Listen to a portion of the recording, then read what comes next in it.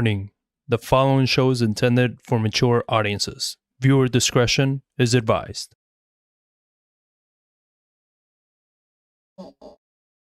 Welcome back. Stop moving it, man.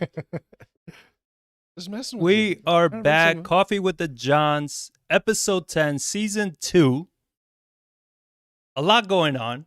Today we're going to be covering a lot about NFTs and how that's starting to play into the real estate market. We're going to be talking about the new FHA guidelines for investors.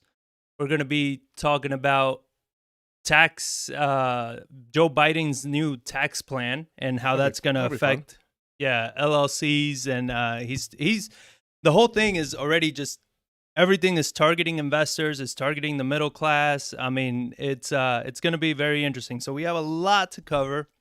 I'd love to hear your guys' feedback as we go through all this, kind of your point of view. So put it in the chat. We'll be watching it. And with that being said, I'm your host, John Barbera, and our co-host, Mr. John. I want to play with the mic stand bar. Sup? How's it going, sir? Good. Doing good, man. Crazy week. So today, I mean, I'm not running the whole show, so it's kind of eerie giving up control for a control freak. But we have our videographer, Director Dre Day, that's over here just running the back end. You actually have to pay attention. You fit I in with actually other have to things. listen to the crap that you say. This is going to be interesting. But That's yeah, rude. so Wow. any technical difficulties or anything, we can blame Dre. So I think that feels better. But it's always your fault. It's always going to be my fault, but we can still attempt to blame Dre. How's your week been, man? Been a crazy week. Yeah, good. Busy. Adjusting to the new time schedule of the sun coming up and down. I was like, man, driving here is like, Well, the sun 7 has always come up and down, though. yeah. Just the time frame of that a new adjustment of sleep schedule is also one of the things. I was driving here, I was leaving my place at like 6:55, 7 o'clock, and you see the sun coming up. I was like, wish it was like an hour earlier and the sun coming up this early. I like the sun coming up early. Yeah. I was like, when it's like 7 o'clock and it's still like basically dark outside, I'm like, dude, Up until like 8. It's still, well, right now until, it's pretty sunny out right now at 8 o'clock. right. Up until 8 is what usually when it stays, kind of dark. And I wake up at 5 a.m. and it gets really, it's just kind of like, what the hell? And then what's funny is my kids, it gets a little harder to put them to sleep earlier because The sun's still up. the sun is still up. So, my boy last night, usually we were putting him to sleep at like 7:30. And yesterday it was like 9 o'clock. He was wide awake. He was just like, the sun is up. I'm not tired. Yeah. I mean, I So- guess as a kid, I enjoyed it. Because, like, the sun was up until like 9:30 at night. Yeah. Like, oh, this is cool. It's light. I can do things longer. But now as an adult, I'm like, go down so I But can come up early. It messes with your time. For me, it Sleep messes with my sleep cycle because I like waking up early, but the sun taking so long to go to sleep, I don't get tired. Sun going At- to sleep. The sun going to sleep? The sun going The sun down. going to sleep. The sun going down that late doesn't get me tired. You know what I mean? So early enough. So it's 12 o'clock and I'm beginning to get a little tired now. And then I wake up at 5, so it's like, man, this sucks. I definitely prefer the other time change, but there's a lot of you guys that disagree. I did a post and a lot of people disagreed. Oh, really? Yeah, didn't see it. I people guess- like sleeping in. They don't. Not many people wake up early or even like waking up early. So Yeah. they prefer the late evenings for, I don't know. I whatever. always see like legislation come around every year because somebody proposed it Yeah, Texas House and somebody's proposing it at like the national level to eliminate it. Because also when you look at the history of like why daylight savings time was even put in place, is like it was put in time because like for daylight savings time, like in the Right. farm back in like the 1800s, 1900s, when like there wasn't electricity and modern technologies, was to get more time in the fields yeah. working with crops. That's why it's here. It's like I think we're long past people pulling plows with horses that we can operate at night. So Yeah. like, okay, can we follow Arizona and just not do it at all? That'd be nice. No, a lot of people completely disagreed, and one guy even went as far as coming up with some excuse about evening sports and how it would cost more money because they got to light the fields, and this way with the sun out, they don't have to waste money on light. I don't know. I was like, where do you come up with this shit, dude? Evening sports like For kids. Yeah, I guess. And I was like, Wow, that's creative. That's one thing. But Like you saying that to me was like, what? It's funny because I even thought this, like, I think it's a really good idea, and there really probably isn't a whole lot of argument against it, but somebody's gonna come up with arguments against it. And yeah, that, like that, I never really thought of like evening sports and green world. but We should go in 2 hours ahead of time so sun doesn't come up till 10 o'clock in the yeah. morning. Like, oh Lord. And that's really what it is that if you really want, you can argue any point. And You're really good at that though. yeah, Arguing any I'm really point. good. With that being said, I did want to congratulate you. You finally got your contractor's license, Oh, fully licensed yeah. GC, able to. It's kind of funny. It's like we've been running projects, doing things for years, and like you don't need a license, but now it's just like, just one less barrier that Well, and it's also, I mean, the reason that we went ahead that made a good it made a good idea to do it now was for the fact of just being able to, in case they change the regulations, in case they start, because we see more and more people getting into construction, more and more people doing all this, regulations getting tighter, that they might make it harder to get your oh, they license. They used might to. make more Oh, yeah, I barriers. was talking to somebody and said like when they originally got their license 20, 30 years ago, whenever it was, like there was a board of people that you had to sit in front of that asked that none of them were construction people. Yeah. They were like elected officials sitting in a board that know nothing about construction, judging whether you should get a construction license. Hmm. And he's like, you had to take this test that had nothing to do with actual of the work and what you were doing, that tested no level of competency, but is like it was some brainchild of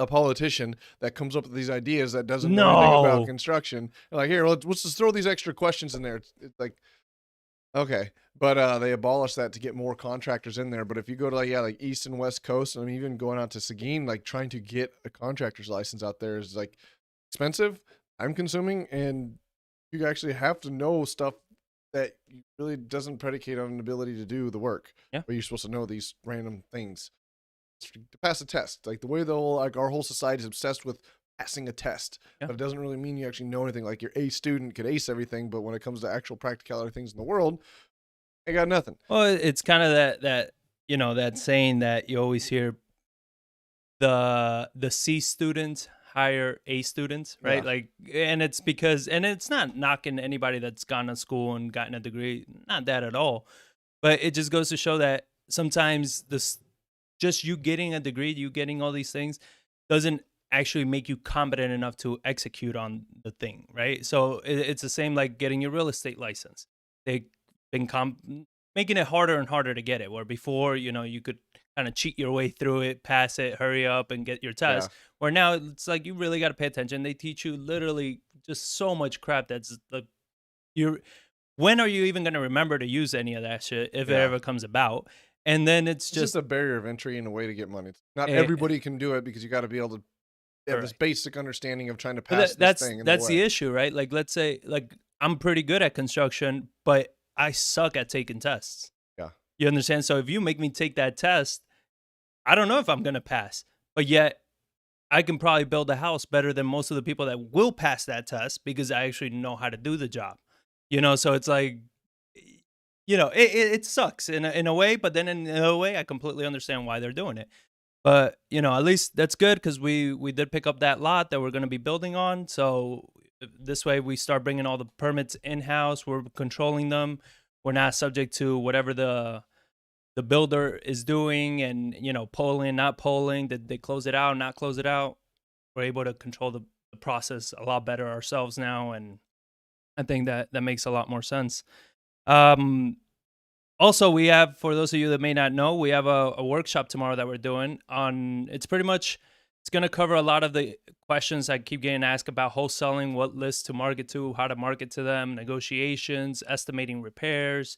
We're covering all that, and that's tomorrow. So if you want to check that out, we'll put a link below later, or just go to wholesalingtherightway.com and you'll be able to sign up there.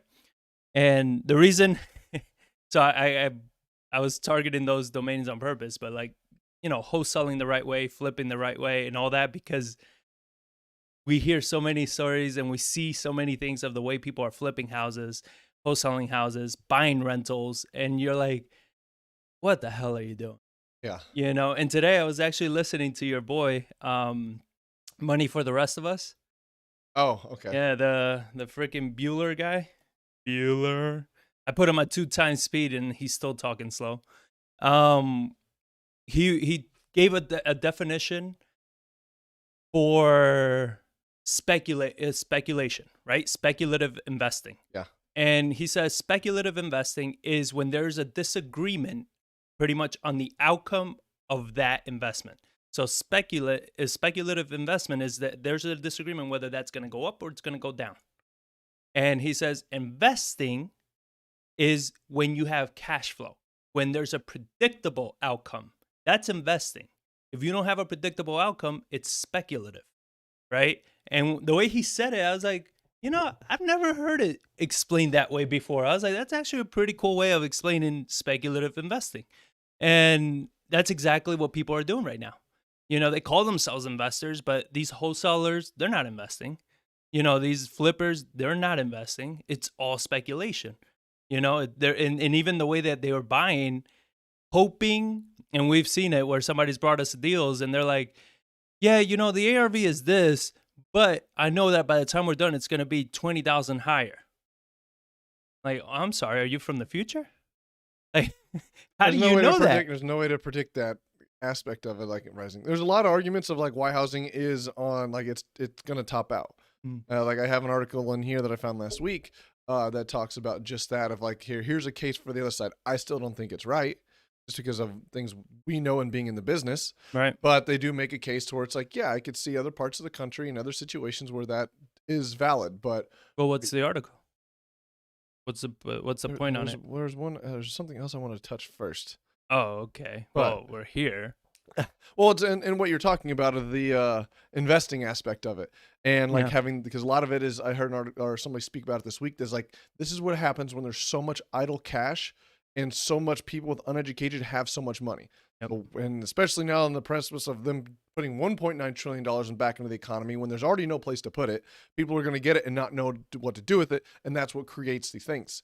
And now you have people with the FOMO, the fear of missing out kind of aspect. And I found an article and it was titled "The Fear of Missing Out Fund Shows That there really is an ETF for everything." So the article goes on, says, investing in the stock market these days is like having a bowling alley installed in your brain. Every day your head gets scrambled. What's an active investor to do if you're in the ETF space? The answer is innovate even more. In the latest effort, Collaborative Investment Series Trust has announced that it has a FOMO ETF in registration. It says it will track securities that reflect current or emerging trends. What does that include? Apparently just about everything. Stocks anywhere in the world, as well as SPACs, other ETFs, derivatives, volatility products, and both leveraged and inverse ETFs. The secret to staying relative and catching trends, he said, is rebalancing. The FOMO ETF will rebalance weekly. And he even goes like, first I read that, I was like, so you're literally you're raising money to bet on literally anything that you want. Like, oh, we have this this NFT thing over here we're gonna put on this. Well, Bitcoin over here. Oh, this trend on social media said this. And like the in and out of the market, like, and he says, like, it sounds like an awful lot of trading, and it is. We are not going to be tax efficient at all. It's like, so people are going to put money into this thing, not realize, like, ooh, it goes up, it goes down. I was like, you don't realize, like, the tax implications that you're going to have of, like, literally day trading that much, constantly in and out, in and out, in and out, in and out. Like, you're going to lose 25%, probably 25% of your investment just like that, just by tax efficiencies. So an ETF is an exchange traded fund. Right? It's pretty much everything in the stock market is a derivative of something. That means that, even shares in Apple is a derivative of Apple. The success that the actual company has, you could buy into that. So ETFs are just, you create ETFs that go in favor of something, against something. So you have funds of, ETFs that are going against like the rise of oil. So in that way, when oil tanks, that ETF goes up. So just to kind of give people an idea of what an ETF is. Investing in everything, but then this one's going to take ability to invest in everything, invest in one thing that invests in everything. Yeah. Like, oh, this is a great idea. To where you just look at it like, my God, the amount of I mean, it capitalizes on like there's so much fake money just floating around out there. Not people don't know what to do with it, and so many new investors with this money. They're like, "Well, that sounds like a great idea. Let me just jump into that." Yeah, and kind of like hitting on the fake money part is the issue that's happening now is going back to speculative investing. Everybody right now is more focused about what's going to get me paid, what's going to make me a lot of money right now, fast, and they're not thinking of you're not even trying to become an investor, right? You're not becoming educated on Yeah, how that works. You're not becoming educated on the tax implications of what that's going to mean to you. You're not educated on any of these things. So yes, you might make some money, but then because you didn't get educated on the whole process, you end up really taking a bath later, because what I've been seeing too is that people have been capitalizing on this and they go shopping and they spend all this money and all this. And I'm like, when the IRS comes knocking, you're gonna especially in stuff that's not tracked. Like if you were just trading Bitcoin on some other platform, and then you made a bunch of money in that, and like you don't test that, like or show that you made that money, allow the government to tax you on it and on that profit and that gain. Like IRS, so they kind of have a lot of power to make your life a living hell. Just ask Wesley Snipes. not just Wesley Snipes. I mean, one of the people that some of the people that I love hearing their biography, I guess, is comedians. To me, comedians are the closest thing to entrepreneurs, right? The amount of struggle that a comedian goes through, and when you listen to all the old comedians, like your Jerry Seinfelds, your Eddie Murphy, like all of the older ones, when they were starting up, I mean, most of these people were living on the street waiting, for a certain club to open up so they can be able to be first in line and hopefully get called up so they can do their skit. Like the level of hustle, the level of Yeah, dedication, I love hearing, and plus they're funny as shit. So even hearing their stories is hilarious. yeah. Um, but I love hearing how comedians talk. And I was listening to Bill Burr podcast, and they had George Lopez on there, and they were talking about how many comedians they knew would get in advance on probably a pilot season or some shit. And as soon as they get that advance, they go and they're buying the car, they're buying a fur coat, they're buying a house and all this. And then all of a sudden that show tanks, in the first couple episodes, it doesn't go anywhere. And then the studio's like, yeah, we're going to need that advance back. And they're like, what do you mean? I already spent it. Or they'll buy a house or some shit and get this ridiculously high mortgage. And he was setting an example of the guy was asked, he's like, where's your collateral? And he takes out TV Guide and shows him the cover. He's like, here's my collateral. He was on the cover of TV Guide. And the bank gave him the loan. Four episodes later, the show got canceled.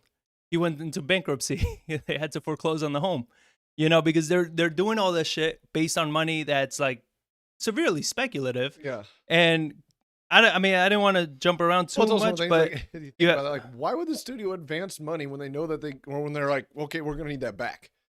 Like, why would you pay ahead? well, And just like, so apparently now they don't do that anymore. Where now it's if they advance you, like, that money's yours, yeah, right? So that makes a lot more sense. Than But like, back then it was just, I guess it was weird because like even George Lopez, like he got called back.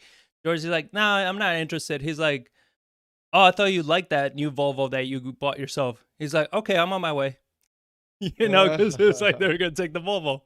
But just right now, Dre, he sent me a tweet, a picture.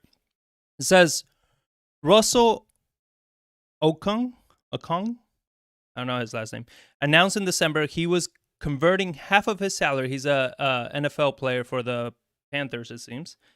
Converting half of his salary, $13 million salary, into Bitcoin. So this was back in December. Back in December, this Bitcoin was 27,000. Now Bitcoin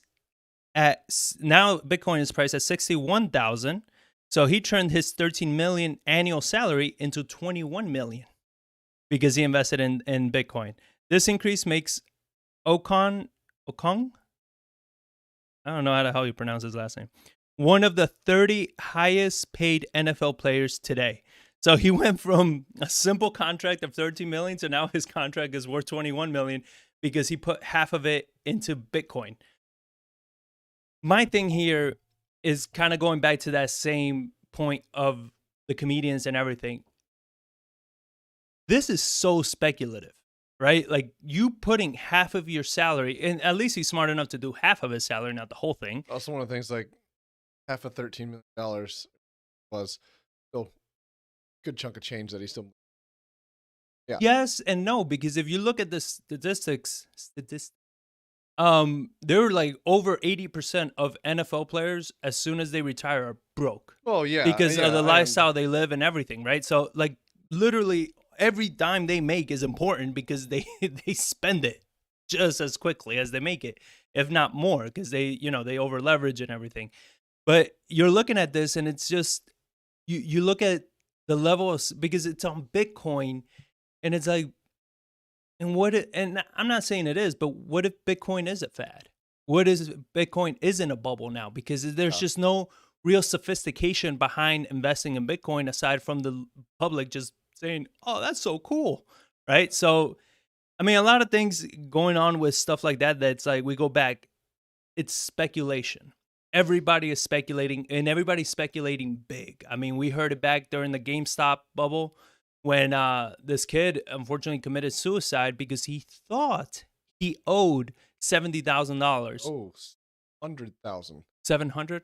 Yeah, he thought he owed. This 700. This was long Yeah. before Bitcoin, the GameStop series. So this was last year when that was going on. That Was yeah. GameStop last year? I thought it was January. I thought beginning of this year. Yeah, it was were sort of talking beginning about- this year, but that situation you're talking about, the Robin Hood kid that committed suicide, that was way last year. It was long before that, but he got it with the stimulus money and everything like that, and he started getting into Robinhood and trading derivatives, not realizing that. And that's what there's in a lawsuit right now from the family to Robinhood saying they weren't properly disclosing, because when they read into it, he didn't owe 700 grand. It's like his other accounts that he had money in offset the losses that he had, and they weren't due right away. He only looked at one portion of his account because he didn't realize like and how we to and read we those go things. back to that the lack of personal responsibility with everything. Even when people tell me, "Oh, these wholesalers are screwing investors over left and right." Are there shitty wholesalers? 1,000%. Are they screwing people over? Yes. Is it entirely the wholesaler's fault? No. At the end of the day, it's your responsibility as an investor to do your due diligence. How many times do we get deals from wholesalers? Hey, here's the numbers. Hey, here are the repairs. Here are the ARVs. Look, do you want it? Like, yes, we want it. All right, great. But we're going to look at it. I want to go look at the property. I want to go check the repairs or that, because I'm not going to take your word for it. I mean, I'm thinking back to that town hall that one of the wholesalers that brought us, and they were saying 15 grand in repairs, and we looked at all the numbers. It's like, yeah, if the numbers are what you're saying, we'll definitely take it. And when I went to look at it, I'm like, dude, this is at least 40, 45 in repairs. Yeah. Like, what the hell were you looking at 15? Yeah, they basically just take the contract price, what they think could sell it for, and then whatever's left minus their wholesale fee. That's the repairs. Yeah, they're doing their formula, and I think that's an excellent point, because I think that's exactly how they're doing their formula. They take ARV, and usually you take ARV minus 30%, right, which is your closing costs and profit and everything for the investor, minus repairs, minus your wholesale fee. But they're doing that. They're taking ARV minus 30%, minus their profit, minus what they got to buy it for, and they're like, well, your repairs are 15 grand, so you got to figure that out. It's like, no. Yeah. Yeah. That's not what the repairs are. And it's just, we go back to the same thing. Like, you got to take responsibility. And even that kid, while it was tragic that he committed suicide and everything, it's still, you are not getting, I mean, right now I'm seeing Bitcoin, Ethereum, these NFTs, and I have a lot of ideas on where to invest for these, but I still don't fully understand it, which is why I'm not going to put my money into it. You understand? And if I was to put money into it, I would probably put an amount that I know I can risk losing. Just because sometimes when you put money into play, you pay more attention to it. You listen to it a little bit more. So that would be the only way I invest in it. But some of these people that they're so desperate for that easy money that they're willing to put up half of their salary. They're willing to put up a large chunk of cash. The other guys I listened to, Rick Edelman is talking about, he read an article that somebody converted their entire life savings, retirement money, into Bitcoin. Oh, When they did it when it was at like 25, 30. Now it's worth like 60. And now their conviction of like, I will not transfer any money out, diversify against anything. That is the way to go, because yeah. they've now seen their retirement double. But like, they're 60 years old and they put all their money into Bitcoin thinking it was going to, and then it made a bunch more money and they won't diversify out of it. Like, oh.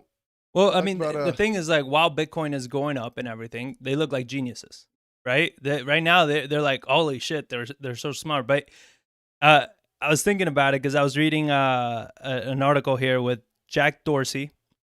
He has the Cash App, and he's allowing users to send and receive Bitcoin without any transaction fees.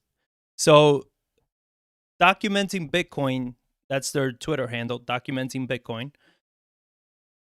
The founder of Twitter. The Twitter, I don't know. I Yeah. don't know if he has a beard or not, but his handle is @Jack. Like, of course, you're the founder. The cool Yeah. handle. But so documented Bitcoin, they tweeted out that says you can now send and receive Bitcoin for free on Cash App as easily as you can send dollars. Well done, Jack. Bitcoin is inevitable. So the Cash App team further announced a $1 million giveaway in Bitcoin open to users that are legal U.S. residents over the age of 18. So they're also giving them, I mean, the amount of pushing behind Bitcoin. Then if someone sends money via credit card linked to their Cash App account, the total will include a 3% fee. So with Bitcoin, they're not charging you anything to use Bitcoin. Square's soaring performance in 2020 helped it close out December with 36 million active customers, representing a 50% year-on-year jump. 50%. I mean, and they're not new, and that's an insane growth. The company is further looking to strengthen its crypto business via a $170 million Bitcoin investment. realize? Switched coffees. Oh, I would. No. Dude, you gave me a rich. Well, I didn't. You just grabbed that one and started drinking out of it. I was like, man, this coffee tastes a little different now. Well, people, this is going to be an interesting Oh, podcast. Man. So those who don't just happen, John drinks decaf and I drink regular. Well, I went and bought breakfast, set the cups down, and John just grabbed one of the coffees, started drinking, and I was sitting here drinking my coffee. I'm like, man, this is like. Why are you falling asleep? Yeah, I was like, man, this coffee's not kicking. I was like, wait a minute, I never looked at it. I just grabbed the one that wasn't being drank out of it. Oh, I'm like, large hot decaf coffee. This is what I got to deal with. This is what I got to deal with. You got to deal with. You're the one that grabbed Well, it. you put it on this side of the table. I just thought you set 'em set them down in the side. I don't know. Side by side. So I don't drink regular coffee because I already man. have a ridiculous amount of energy. Oh my God, it's damn near gone. Yeah, I've already drank most of it. Especially you don't drink coffee at all, and now it's a large black coffee. Babe, if you're listening, Oh man, we might have an emergency. Yeah. So I don't drink regular because I already come with enough energy, and regular makes me bounce off the walls. So we'll see how fun this gets. Yeah, I got an hour and a half. Let's see where this goes. Oh boy. You shouldn't have even said anything. That'll be a good moment to get a Oh yeah, what a great moment. Oh boy. Okay. Anyways, asshole. So the company is further looking into strengthening its crypto business via a $170 million Bitcoin investment. JP Morgan found retail investors have bought 187,000 Bitcoins so far this quarter, compared to 173,000 Bitcoins that institutions have purchased. So going back to the same shit, it's like, typically, you look at this and it reminds me of when I was reading into the .com bubble, right? That actors were jumping in, athletes were jumping in, everybody was jumping in, and it just inflated this amazing bubble, that ended up crashing. But that didn't mean that websites and the internet went away. Yeah, it just meant that like Amazon. Like Amazon is part of the tech bubble, and exactly like look where it's at now. So it's not that Bitcoin's going to go away, but you feel that all of this propping up, and I don't know if it's propping up, but all of this quick growth that Bitcoin's been getting is forming a bubble that might do a massive correction, not go away, but just do a massive correction and then keep going? Or do you feel like a lot of people are saying that from here it's going to go to 100, 300,000? I mean, Well, what are your Bitcoin, thoughts on it? Bitcoin is, I mean, purely like what drives the price up is, I mean, does somebody else is paying more? Like more money has to come into space. So you already have, I mean, like they say here, compared to the 173,000 Bitcoins that institutions have purchased. So you have institutions, you have big companies, you have big people getting behind it. You have the more and more people that get behind it, the more and more people it's going to suck into it. Is there going to be corrections, ups and downs? For sure. But until like somebody goes out and tries to regulate it out of existence, I don't think it's going away in any form of fashion. Because I mean, it's also a decentralized network around the entire world. So Yeah. it's Well, not going I to just don't think disappear. even as far as the regulation goes, I don't even think that's going to happen, because you're looking at Biden had brought in for the head of the SEC, a guy that was teaching about Bitcoin, cryptocurrency, and everything. So they already have a site. And then you have large institutions, banks, that are starting to do this. The governments are looking into Bitcoin and creating kind of their own cryptocurrency, which I thought that's what the dollar was. So you're looking at all this. So I agree. I don't think it's in a bubble, but then at the same time, it's like, could it have another massive correction like it did when it went from nearly 20 grand down to 3? Could we see another massive correction where now it's like in the 50s and it goes back down to 20, right? Its last real pretty much level before it spiked up. So I still see it as a very speculative style of investing, and I think it's you should be diversified. I don't think you should be doing what these people are doing, that they're putting so much of their capital and futures into something like this, because you're looking at why are people investing is because there's so much easy money out right now, and at some point that's going to stop. Yeah, you would think, but I don't know, who knows? maybe. Well, I mean, and kind of to touch on that, jumping to the topic that I thought we were going to start with, the Biden tax plan, right? So this sort of came out. It's not the full plan, because it's not, this is just kind of the rumors from the people that work for Biden and everything that are just coming out with some of those policies. Some of them are already known because they're staying consistent to what he said before. And then there's other speculative ones. So everybody's waiting for this. And on that note, actually, this coming week, I'm going to be interviewing our CPA and bookkeeper and CFO and everything, Brian Lang. Okay. So we're gonna be talking about the Biden tax plan. We're gonna be talking about PPP. We're gonna be talking about the advantages of setting up an LLC if you're beginning as an investor. Because I mean, we see that all the time where wholesalers haven't even done a deal and they're like, "Oh, I have my LLC," right? So to me, right, again, we're not doctors, attorneys, CPAs, veterinarians. We're none of that. So do your own research. But to me, setting up an LLC when you haven't even done your first deal is ridiculous. Right? It's like, why the hell are you doing this? Yeah. You don't even know if you're going to stick around in real estate, Yeah. but yet you're creating all this extra expenses, all this extra work when you don't even have a business set up to generate revenue. I mean, kind of nuts.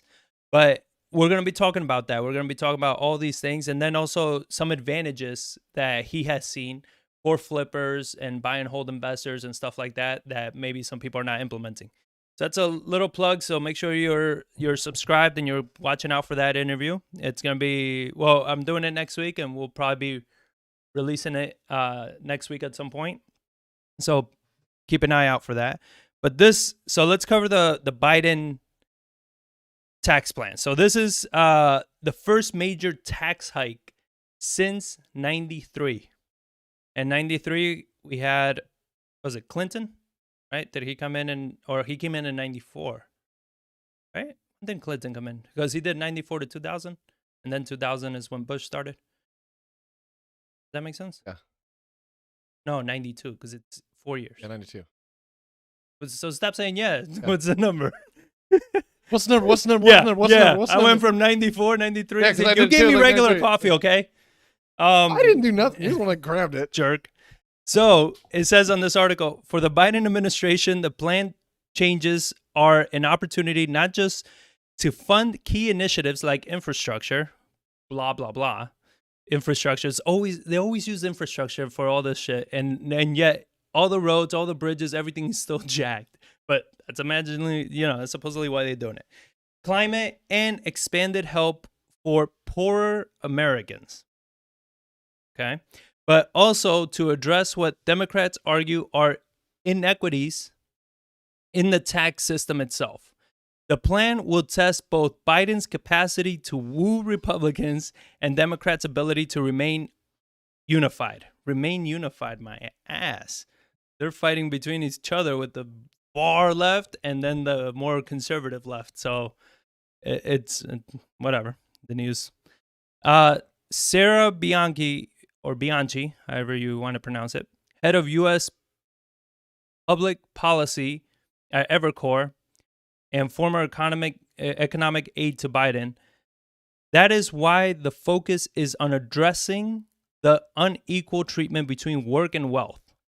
While the White House has rejected an outright wealth tax, as proposed by progressive Democratic Senator Elizabeth Warren, the administration's current thinking does target the wealthy. I mean, it's funny because they're like, this is not a wealth tax. But when you hear all the taxes, it's like, that's exactly what it is. How is it not? But they're it's not just saying like, because you're wealthy, we're taxing you. But tax everywhere you actually make money, though. Well, and it's also kind of when they came out with socialism and they're like, no, this isn't socialism. This is democratic socialism.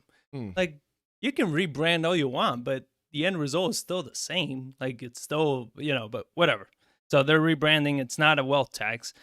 The tax hikes include in a broader infrastructure and jobs package are likely to include repealing portions of President Trump's 2017 tax law that benefit corporations and wealthy individuals, as well as making other changes to make the tax code more progressive, said people that are familiar with the plan. The following are among proposals. So here's what they're proposing on that. So they want to raise corporate tax rate to 28% from 21%. So that's a big increase. 7% is a big increase for corporate tax rate. They're paring back tax preferences for so-called pass-through businesses, such as limited liability companies and partnerships. So this is something that I asked Brian, and we're going to be talking about in the interview, is what the hell does paring back tax preferences mean? You know what I mean? Like, that's, to me, is the vaguest term out there. And I asked him, I was like, what does this mean, paring back tax preferences? He's like, huh? Paring back tax preferences. Not pairing? That's probably why he didn't understand it either. It's like paring back. Maybe they're just rolling some of it back. Yeah, but what? Defining more of it. It's very vague, so we got to see when. I think what they're saying is like the law was written so vaguely. Yeah. They want to bring some of that vagueness back for some of these people that have figured out ways to really take advantage of the so-called pass-through business entity of the LLCs that wasn't intended for the way it's designed. It's just like any law. Like, they put something out, and all of a sudden, out of a country of 330 million people, there's some people that figure out how to use that in a way that is not the way it was intended to be used to increase their wealth. Right. So it's probably what they're digging into now that it's been 2 years that this has been in place. Like, okay, well, these types of LLCs, if you're doing this type of business, you don't get this pass-through advantage because of that. Right. So, and then they're going to be raising the income tax rate on individuals earning more than $400,000. Now, I read into it, and they're saying that the individuals earning more than 400, they're like, that's for if you're filing married, two people. They're saying if it's individual, it's more than for people that are making 200,000. So is it individuals making 400 or more, or is it a single person making 200 and married making 400 or more? Mm-hmm. So that's what I'm curious. They haven't, we're waiting for the details on the specifics on that. Expanding the estate taxes reach from 40% to 45%, a higher capital gains tax rate for individuals earning at least 1 million annually up to 39.6%. So they're increasing the capital gains tax, and it's going to be capped at 39.6% for anybody earning over a million.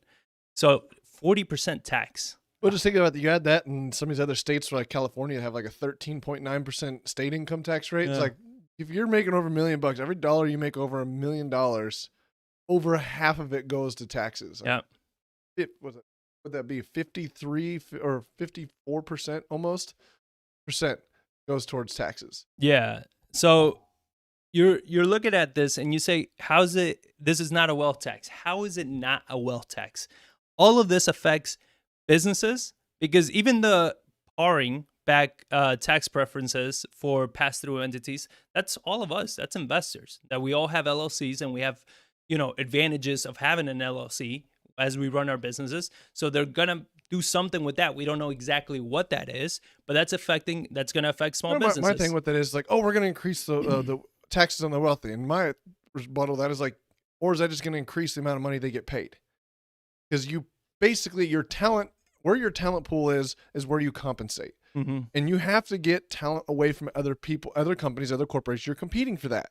So if they're getting paid 50%, and now it's like companies like, oh, they're getting all this money in taxes, so we need to pay them more to make them wealthier, so they can live the lifestyles that they want to live. So now they got to recruit away the people. Like they say that we're raising these taxes. Like that's just like the idea when they said, oh, you need to make CEOs' salaries public.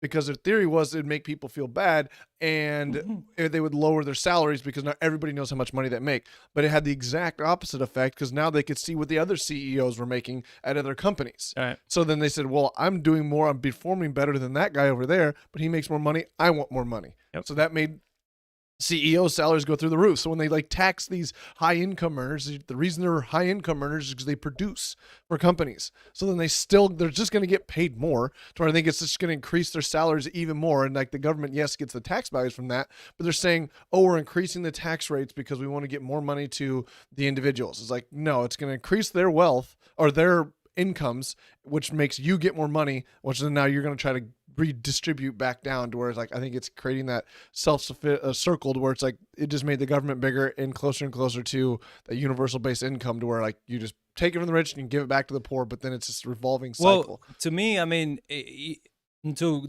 kind of build on that, this is how you eliminate the middle class, because this is where you're pretty much going like, hey, if you make $1 over this price point, you're pretty much going to get taxed. They're going to tax $1, where people are going to be like, all right, I got to either stay below this or completely jump above this point, right? Because then they talk about all these high income earners and everything. People that are making 400 grand, they're not like savvy investors. They're not, all these savvy people that they know how to produce, how to invest, how to move their money where it's not going to get taxed. These are doctors, attorneys, athletes, actors, all of these people that are just high income earners. They're going to be getting taxed like an exorbitant amount of money, right? So it's going to start really hurting those people. And then you have your really rich that are smart. They know how to invest. They know how to move their money. So they are still not going to be getting taxed. Now, all you're going to be doing is hurting that middle class that moves the economy. They're the ones that are going out, spending, buying shit all the time, buying homes, buying second homes, doing all this stuff. Those are the people that you're going to be hurting. You know what I mean? So you're essentially going to start eliminating and hurting the middle class. I think, I think it's leaning towards that. And then it says, so they said, folks at the top who've been able to benefit from this economy and haven't been this hard hit, there's a lot of room there to think about what kinds of revenue we can raise. And I was like, okay, so yeah, there's people that have been benefiting from this economy, so we got to figure out how to get our slice from that. Yeah. Like, well, they've been benefiting is because they've been investing, they've been helping, they've been creating jobs, they've been doing something because, there's really no other way. So all these people making a shit ton of money on NFTs, Bitcoin, and all this, the capital gains tax is going to chew up a lot of that earnings. And then here's what I found the funniest and the craziest. They're expecting this tax policy to raise 2.1 trillion over a decade. That's what they're expecting this to raise, 2.1 trillion over a decade, okay? But they're going to spend about 2 to 4 trillion to implement it. So I'm like, I don't get it. You're going to spend more than what you're going to make on it? So you're going to spend 2 to 4 because they're planning on putting this out soon, like this year. Yeah, they're going to spend $2 to $4 trillion in the infrastructure and then only get 2 of it back in over 10 years. Over 10 years. I was like, where does this make sense?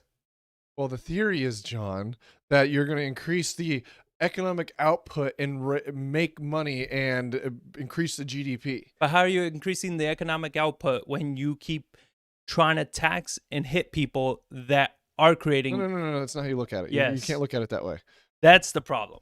So you're looking at these tax hikes, you're looking at all this, and I think that's exactly how you start getting rid of the middle class, right? And like I look at what happened in Argentina, the same type of policy. They did the same exact things. They raised the taxes. It completely wiped out the middle class. So now you have lower class, dependent on the government subsidies, handouts, everything, and the ultra rich.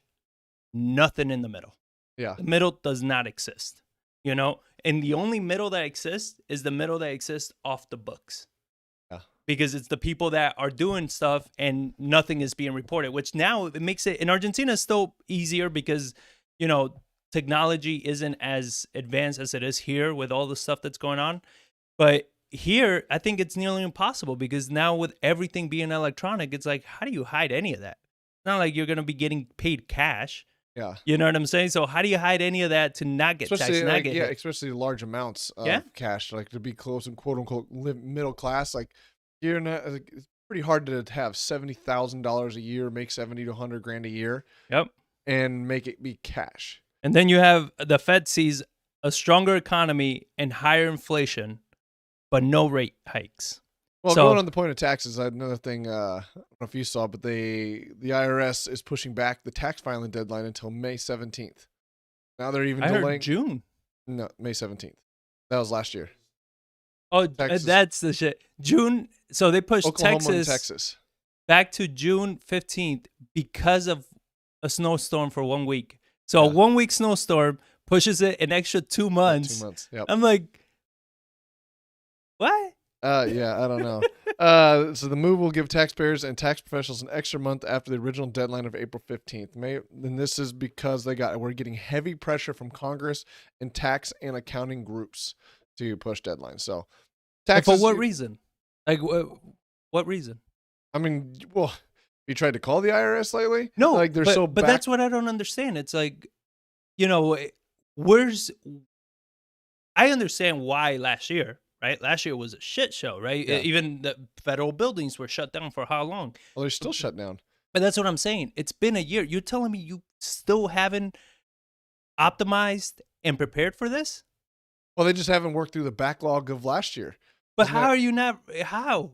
Like, how did you not hire more people? To me, it's so inefficient. It's like, it's been a year. How did you not? Well, that's what I said, but I understand it 100%. It's just like, yeah, you've delayed so much stuff. You've pumped so much money. You've changed so many laws, regulations, and rules in the past year.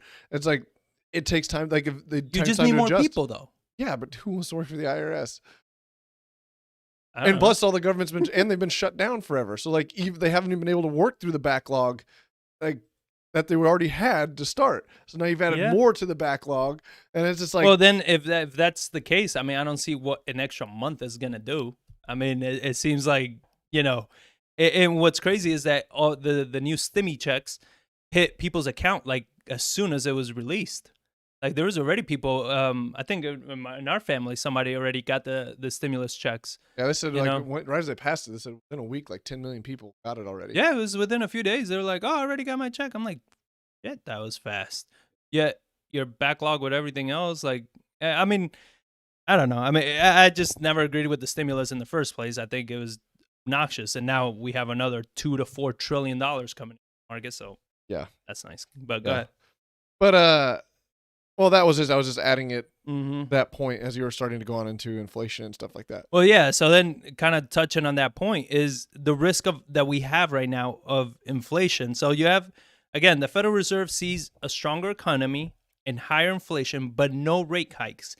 Why this is important is because typically, when you see higher inflation, they hike up rates, right, to keep it kind of controlled. So the Federal Reserve on Wednesday sharply ramped up its expectations for economic growth, but indicated that there are no interest rate hikes likely through 2023. So not this year, not next year, and possibly we might see something in 2023, despite an improving outlook and a turn this year to higher inflation. So Federal Open Market Committee also voted to keep short-term borrowing rates steady near zero, while continuing an asset purchase program in which the central bank buys at least $120 billion of bonds a month. So the Fed keeps increasing their balance sheet by $120 billion a month to buy bonds. That is money printing. That's all that. Essentially, them buying bonds is not their investing. That's their way to throw $120 billion every single month into the market. Yep. So they're a heavy investor in the market. The gross domestic product is expected to increase 6.5% this year before cooling off in later years. So they're expecting the GDP to increase 6.5% this year. To me, like, the level of inflation that's going to cause this year is going to be insane. Yeah, well, I have another one on inflation point because they said, like, there's no inflation, no signs of inflation. But hold on. So before we jump in, oh my God, there's a process, John. There's a process. How many episodes have we done? We're in season 2, episode 10. We did how many? Like 15, 18 last year. I mean, come on. This is the first episode that you've drank an entire large cup of black coffee, though. Yeah, that wasn't my fault, though. Okay, so not you're gonna have to deal with that. Okay, I'm gonna call you a so politician projections for 2022 and 23 are for gains of 3.3 and 2.2% respectively before growth settles into the long-term range of 2.3%. Okay. Along with the increase in GDP, committee members forecast unemployment to fall to 4.5% from its current 6.2. That compares with the 5% the FOMC estimated in December.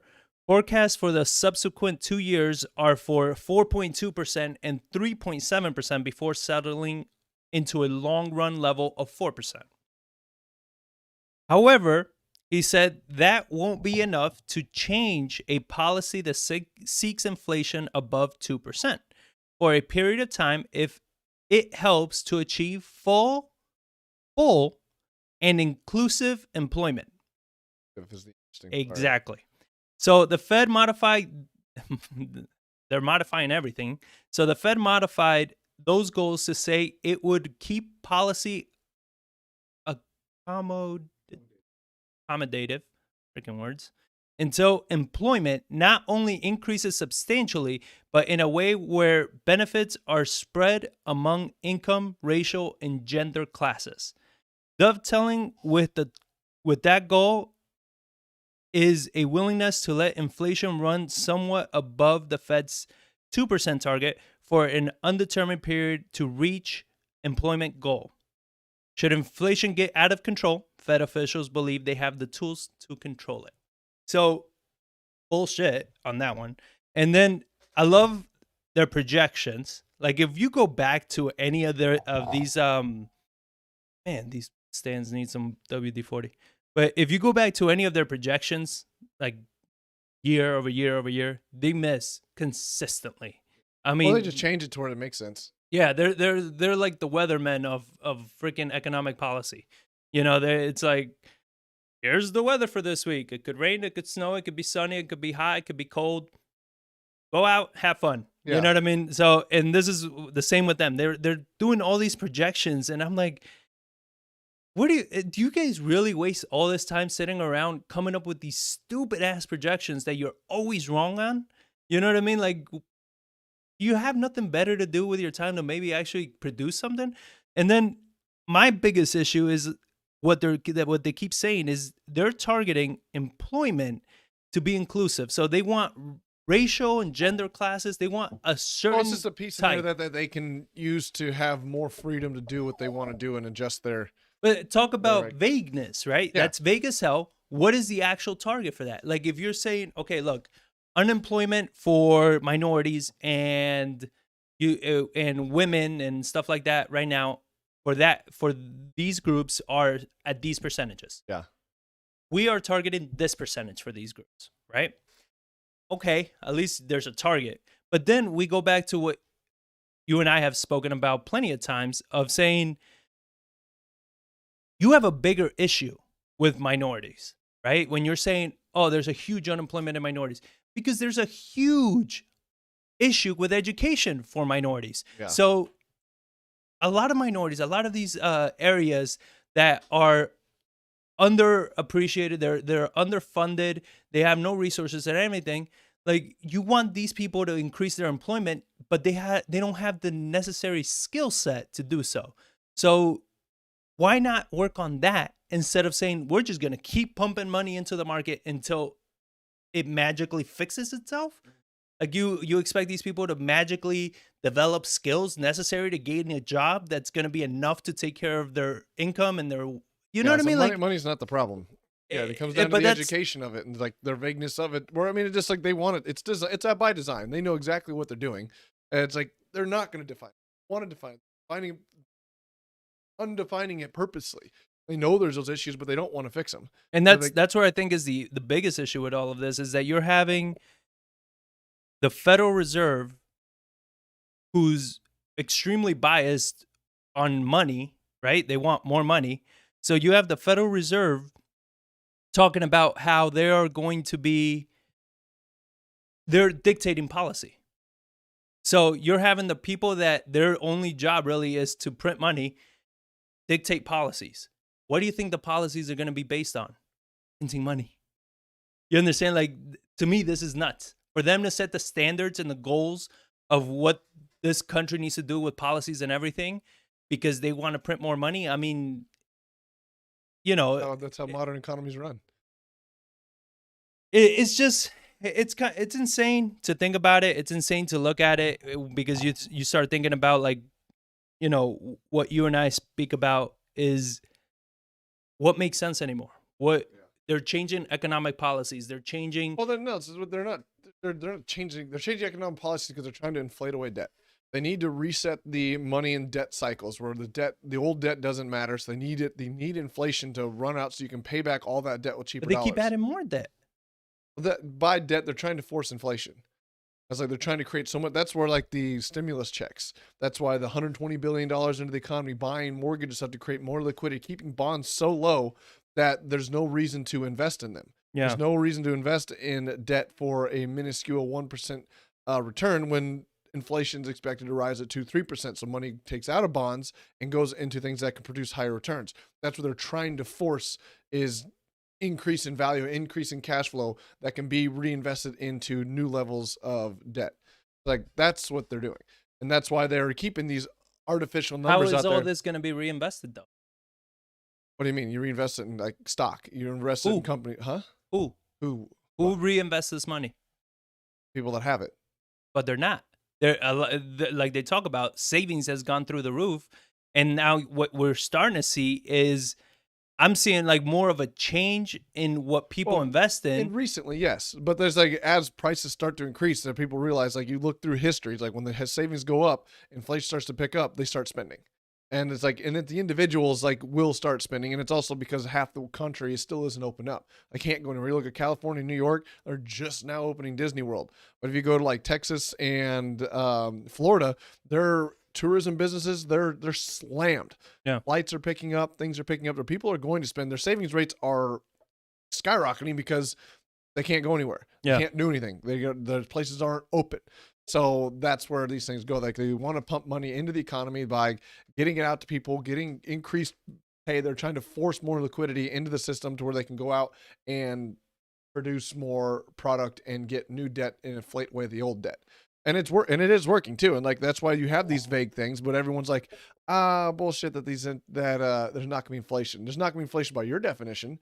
But you already see inflation rising. Like gas prices have gone up $1 in the past 6 months. Yeah. And then like you're looking at housing prices, starting to see food go increase. And as the economy goes back online, they're expecting that inflation to really trickle through. That's why I have in here like Bridgewater, co-CIO. Bridgewater is the largest privately held investment fund manager. And that this is a snippet from their article. The world is on the verge of a new inflationary wave that could force the Federal Reserve to raise interest earlier than planned, according to the co-chief investment officer at the world's largest hedge fund. The U.S.'s extreme approach to fiscal stimulus looks set to turbocharge consumer prices while threatening the post-crisis bond and stock rally, Greg Jensen at Bridgewater Associates said in an interview. The pricing in of inflation in markets is actually the beginning of a major secular change, not an overreaction on what's going on, Jensen said. Economic conditions and inflation will adjust faster than either markets or the Fed are expecting. If the risk to equities is higher rates don't help. Jensen said the ability to use bonds to diversify has gotten significantly worse, and obviously the ability to use bonds to generate returns has also gotten significantly worse. So that's what we're saying. Like there's no bonds. Like why would anybody invest in bonds? So like you have cash, and like what are you going to do with cash? You go out and you spend it, try to recreate new revenue streams. You reinvest it in your company, reinvest it in your people, reinvest it in education, because you can't put it in just a bond and get a 3% when inflation's 2%. So that's And what's like going bonds, I mean, when interest rates are low, that affects bond prices. Bonds become good when interest rates are high.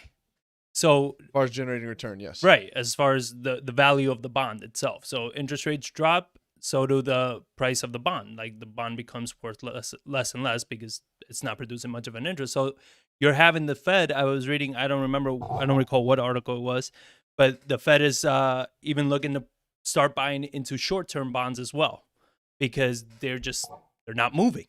They're not selling, and they need to keep buying the bonds. And they need. I mean, maybe you can explain this. Why does the Fed keep investing in the bonds versus anything else? Well, they're not investing in the bonds; they're just buying them because the people are selling them, and basically they're buying the bonds because if they sell the bonds, prices increase. And then they don't want prices to increase too fast. They need to be that buyer to keep the prices of the bonds low. But then by also buying the bonds, it provides liquidity because people realize, like, I don't want to hold this bond anymore. It's like, it's worthless. If you're saying inflation is going to be 2-3%, you're going to let it go higher. Why am I holding on to this thing that's only at 1.2 or 1.5? So do you think it's more to keep money, the velocity of money going? Yeah, it's to unleash it because like they basically, like, if everyone sold it, interest rates would skyrocket. Well, and there needs to be a buyer for it. And that's where the Fed is being that buyer. Right. And it's providing that liquidity because nobody wants to buy them. Yeah. So like big institutions, big hedge funds, big corporations are like, we need more liquidity. We need to sell our bonds because they're not producing any liquidity anymore. So we're going to get rid of them. Well, and because nobody else wants to buy the bonds because it doesn't make sense, the Fed is coming in and buying it because they have the printing press. They have the printing press. And then they know if everyone sold their bonds, interest rates would skyrocket. This just sounds so bad. But that's the way it's been running for decades. No. I'm just saying, like, it just sounds so bad. Yeah. Right? So what does this mean, in your opinion, to us, to regular people, investors? Like, what does this mean? We're going to be seeing high inflation this year. What does this mean for real estate? What does this mean for, people that invest in rentals, for people that are flipping houses, for people that are looking to buy? Like, what does this look like? People that are in the stock market, what are your, obviously these are opinions, right? Yeah. These are our opinions. But like, what do you think this means when you're looking at all this, the tax bill that we'll see what actually ends up being passed through. Plus, you're seeing, the Federal Reserve like keeps pumping in 120 billion. I think a lot of it is like you don't want to be in high-end housing. Like a lot of people go for the high-end stuff, the high-end rentals, the high-end investment, the high-end flips, because there's bigger dollar value returns, not necessarily on a percentage basis. But would you rather make 10% on $700,000 or 10% on $150,000? Most people go for the 10% on the 700. It's like, but those now with interest rates changing and rising, it's like every 0.5% that it changes, like in the median price point, I think they lose like $23,000 in purchasing power or something like that. So like as those interest rates start to rise, the mortgages become more and more and more expensive. All right. So, and I think that's where like your higher end is going to be more susceptible to those. So that's the place that like I wouldn't want to be getting into. And that's why you see the stock market, as far as the NASDAQ, is the one that's being more volatile when these issues come out, because they're the ones that those really depend on that liquid, cheap money and cash to reinvest in stuff, because they Well, just try something, and if it doesn't work, they'll abandon it. That's and why the you see Nasdaq it's a tech, tech, and and like it's that's purely why, tech. and so your tech industries like Austin and or a place like Silicon Valley, like they are affected by those things. So that's where it's spaces that be very, not saying you don't want to be in them, but you just need to watch them and don't just speculate. It's like, oh, it's been going up so much the last year, I'm just going to put more money in it because it's gone further up. It's the same kind of deal when they say most people, you have to train yourself to realize like just because something has gone up doesn't mean it's continuing to go up. That's why Yeah. they say like diversified portfolio and invest and readjust that portfolio over time, to where if tech has skyrocketed and your value stuff like the Dow Jones is like dropped, don't put more money in tech.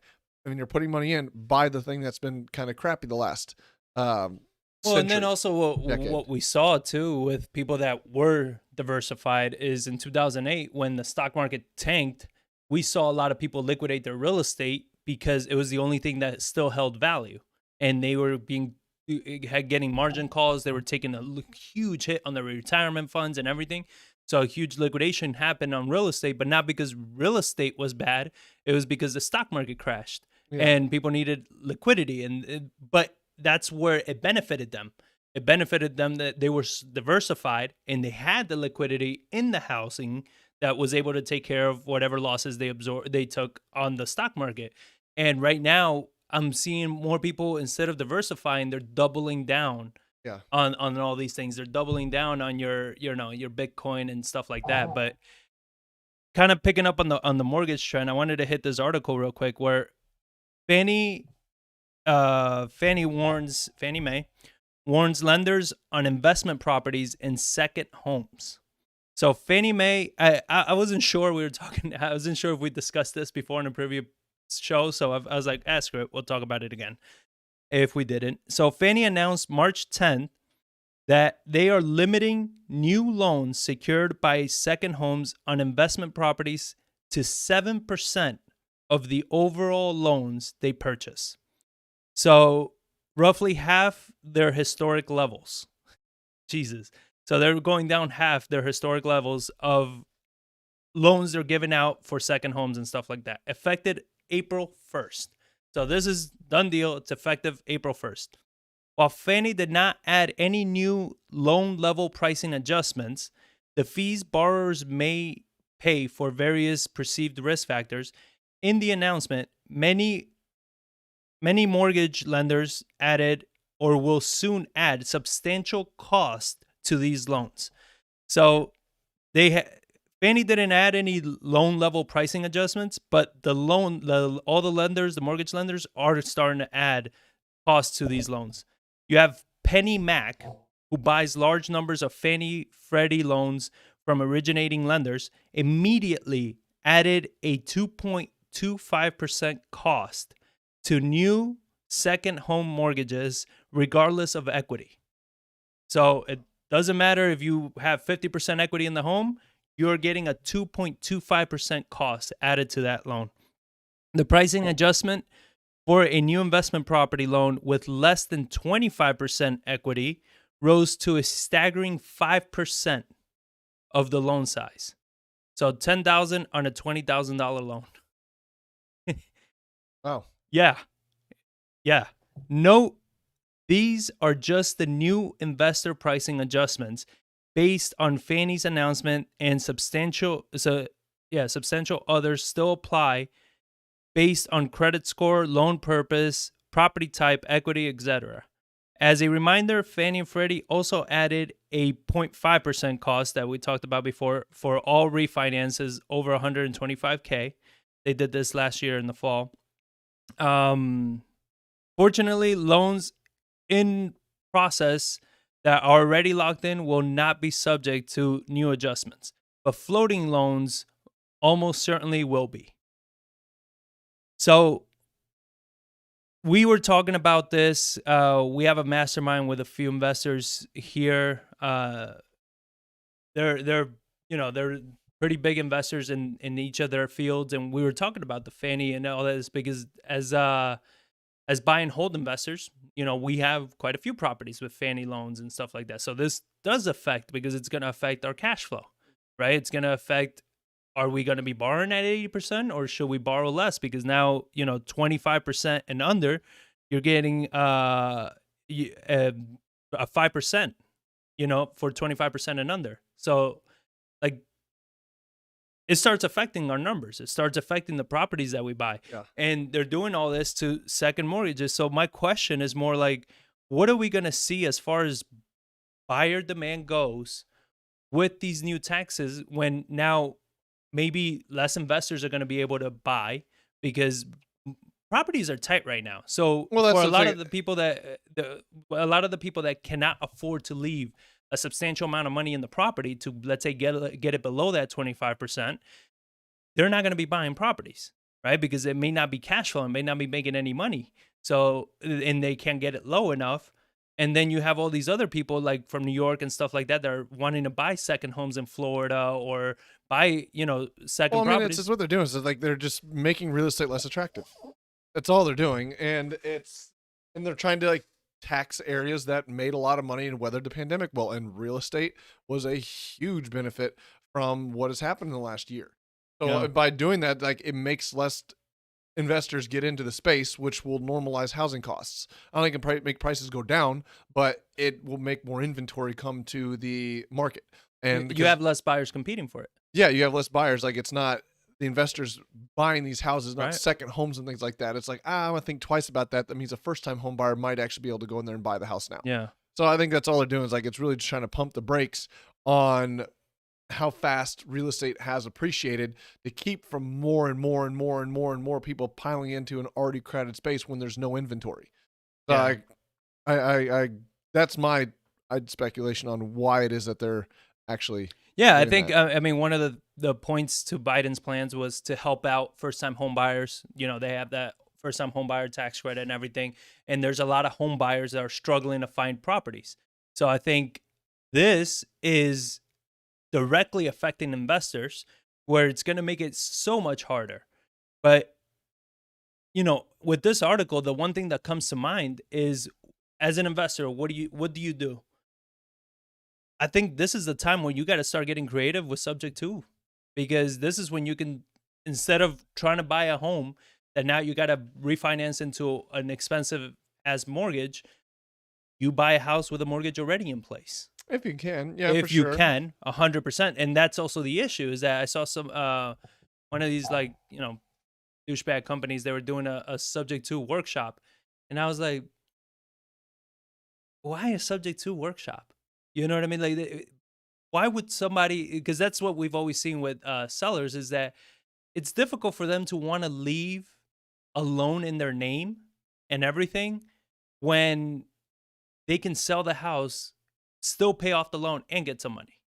You know what I'm saying? Because right now, most people are not over leveraged. And we talked about this, I think like 2 episodes ago that we talked about how you have people that are close to full equity, not full, negative equity. It was like less than 1% of the mortgages that were like close to over half. The article did last week, like over half of the argument of why we're not in a housing bubble is like over 50% of the housing in U.S. has over 50% equity in the house. Yeah, and like 38% is free and clear. Like there's still a ton of equity that is not being tapped into on some of these properties. So. Yeah, I think it's exactly that. They are targeting investors specifically. We're seeing it somewhat. I don't think it's that they're targeting investors per se. They're trying to slow the real estate market down. That's what they're trying to do. But that's what I mean though. Like they're trying to slow it down, but they're not trying to slow down people buying real estate. They're trying to slow down investors buying real estate because they keep increasing and helping out more people be able to afford real estate. Yeah. Now interest rates for the 30-year mortgage is 3.06%, I believe. It went up again, so it's stayed so far for a few weeks above 3%. So that is going to make some mortgages a little bit more expensive, depending on what you're qualifying. Now you add all these extra fees for buy and hold for investors, and it's going to make it harder. So now it's where investors. This is where you need to be creative. This is where you need to Yeah, and be. I'm actually happy to see it, honestly, Mhm. because it slows down the real estate market and stops making everybody want to get into it. That just thinks, oh, it's cool to be in real estate. It's cool to be in real estate. It's and own property, to flip houses and stuff. Because look how much value has increased in such a short period of time. I want that quick money. But when like it slows down, you actually have to have a technical aspect and actually have a skill set in investing in real estate. Besides, I put money in, I sold it a year later, and I made 50 grand. Like I want that to go away. I Yeah. want the space to be less crowded and be less attractive. Yes, it means that you're not going to get that quick equity spread, that quick equity growth, that quick cash, but it adds back to the fundamentals of a buy and hold long-term strategy of real estate. Yeah. So, I mean, I'm happy to see it and them like starting to slow things down and attacking that space that it's like, hey, this money needs to go somewhere else besides just being in like home values and quick flips to individuals. Yeah. So, Yeah. I mean, it's. But again, we go back to where it keeps forcing the uneducated investor to either get educated or get out of the market. yeah. Because at this point, you're gonna either become very speculative investor, or you're gonna be buying houses that are maybe not even cash flowing and hoping just prices keep going up. And as you can see, stuff like this, like to your point, it may not cause the prices to drop, but it might cause the prices to slow down from Yeah. rising so high.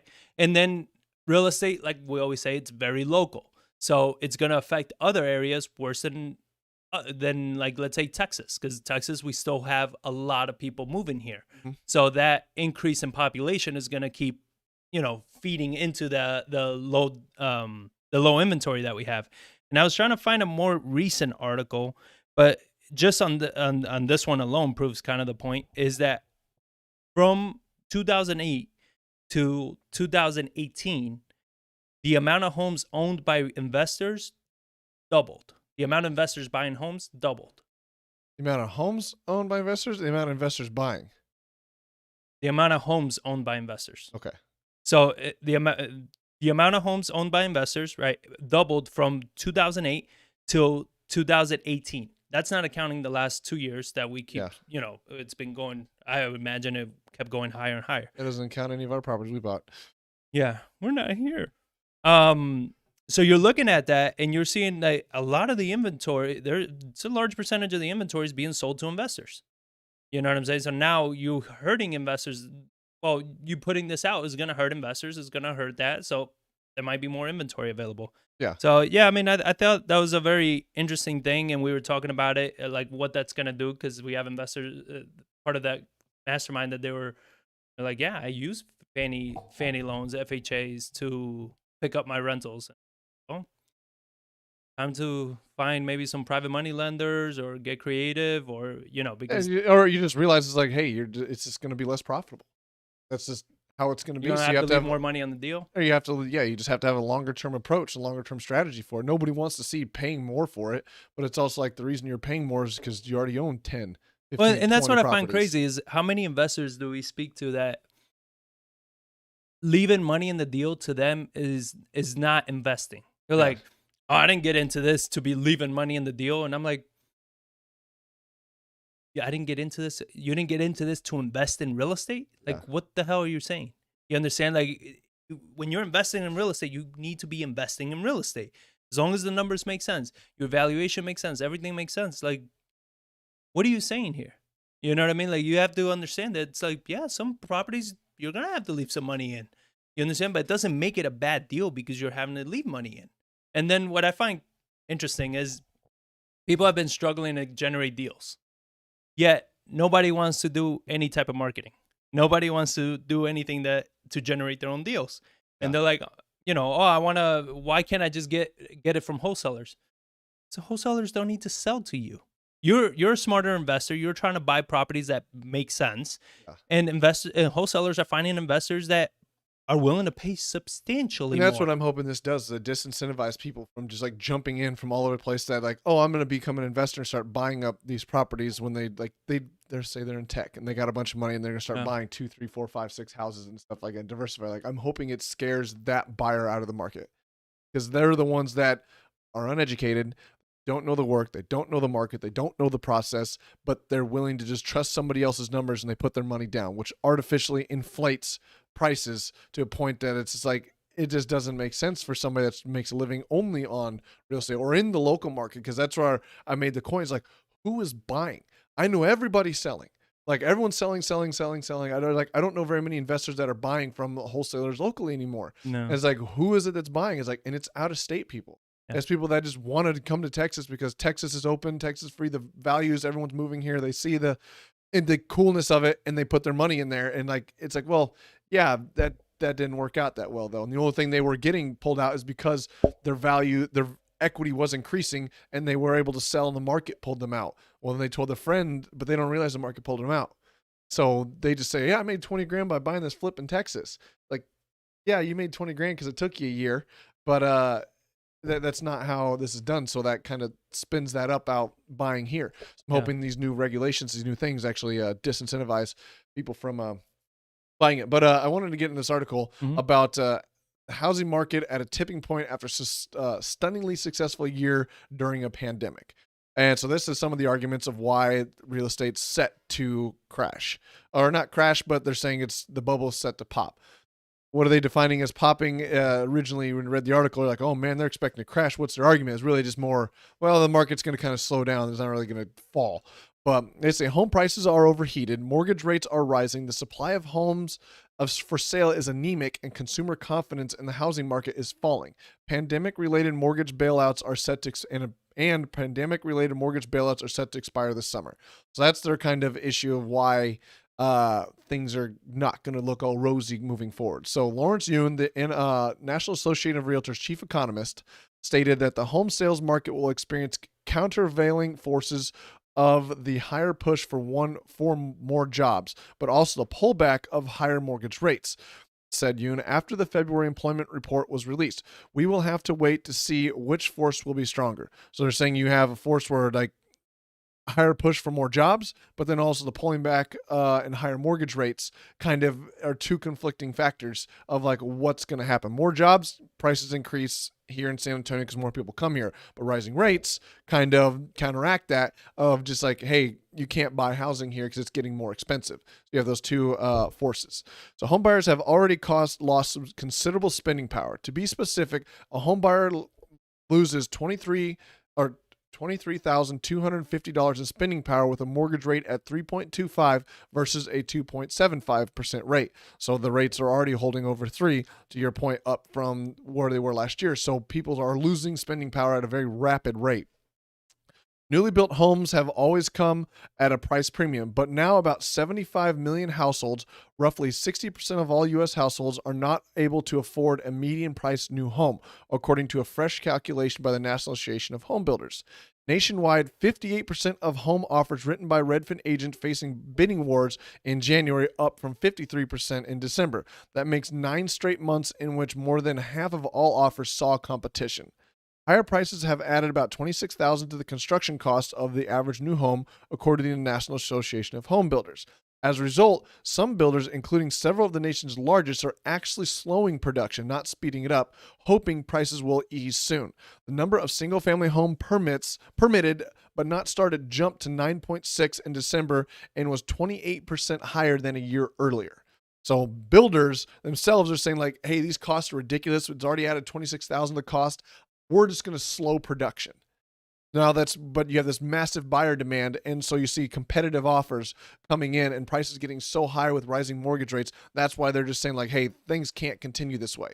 Like there's no inventory, prices are increasing in lumber to get there. So builders are now even slowing their production, trying to say we're not going to consume the lumber until the lumber prices catch back up and the prices fall, and then they start going into it. So I think that's more their article or their point of why prices are going to fall. Well, and then they're kind of doing what the oil industry always does, where if prices are starting to drop, they decrease their inventory. Decrease how much oil they're putting out in the market to get oil prices up so they can start turning a profit. So it seems like builders that can afford to do so are, and we've seen it where we were looking at buying some lots where they're buying all the lots up and just sitting on them. They're Waiting. just waiting. They'll build one house, sell it, let that price go up, let that, hit the market. Then they'll build another house, sell it for a little bit higher. So they keep kind of almost like cost averaging, right? Over the course Yeah. of the whole development, they make a profit. And the first couple houses, not as much. The last couple ones, a lot more, right? So, and where that sucks is for people like us, right? For Yeah. the smaller people that we don't have the millions of dollars to buy these lots and just sit on them for a year, and just hold them. It requires a lot of money to be able to do stuff like that. So, um, I think the whole headline obviously is to capture people, but I don't think that the market is going to crash. I think it's going to, or prices, housing market is in a bubble in any form, but it is local, where Yeah. it depends where you live, how the real estate market will be affected. Again, if you're in Florida or Texas, where we're having a large influx of people coming in consistently, because we keep having more and more companies coming to Texas, more and more businesses, those businesses are going to need people, right? Yeah. They're going to need talent. So the more you see that growth, it's like, well, there's still demand. Yeah. And it's one of those too, but it's also moving to Texas and Florida is going to become less and less attractive because they moving their company here for tax advantage and things like that, but then they can't get people here.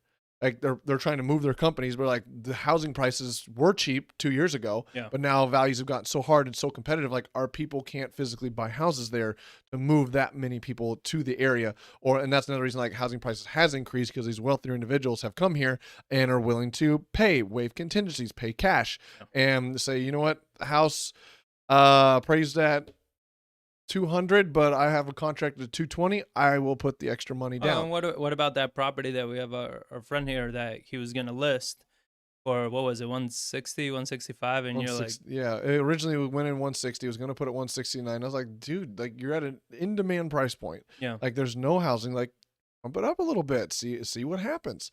And they listed it higher and still had the amount of showings. This was just Exactly. yesterday, so I don't know how it all played out. But another thing that's interesting that so when you have these kind of issues coming out, like what do people do? So they obviously do regulations. They obviously are trying to find ways to slow the market down, like this, so the market can get back to its equilibrium. But another choice is to innovate.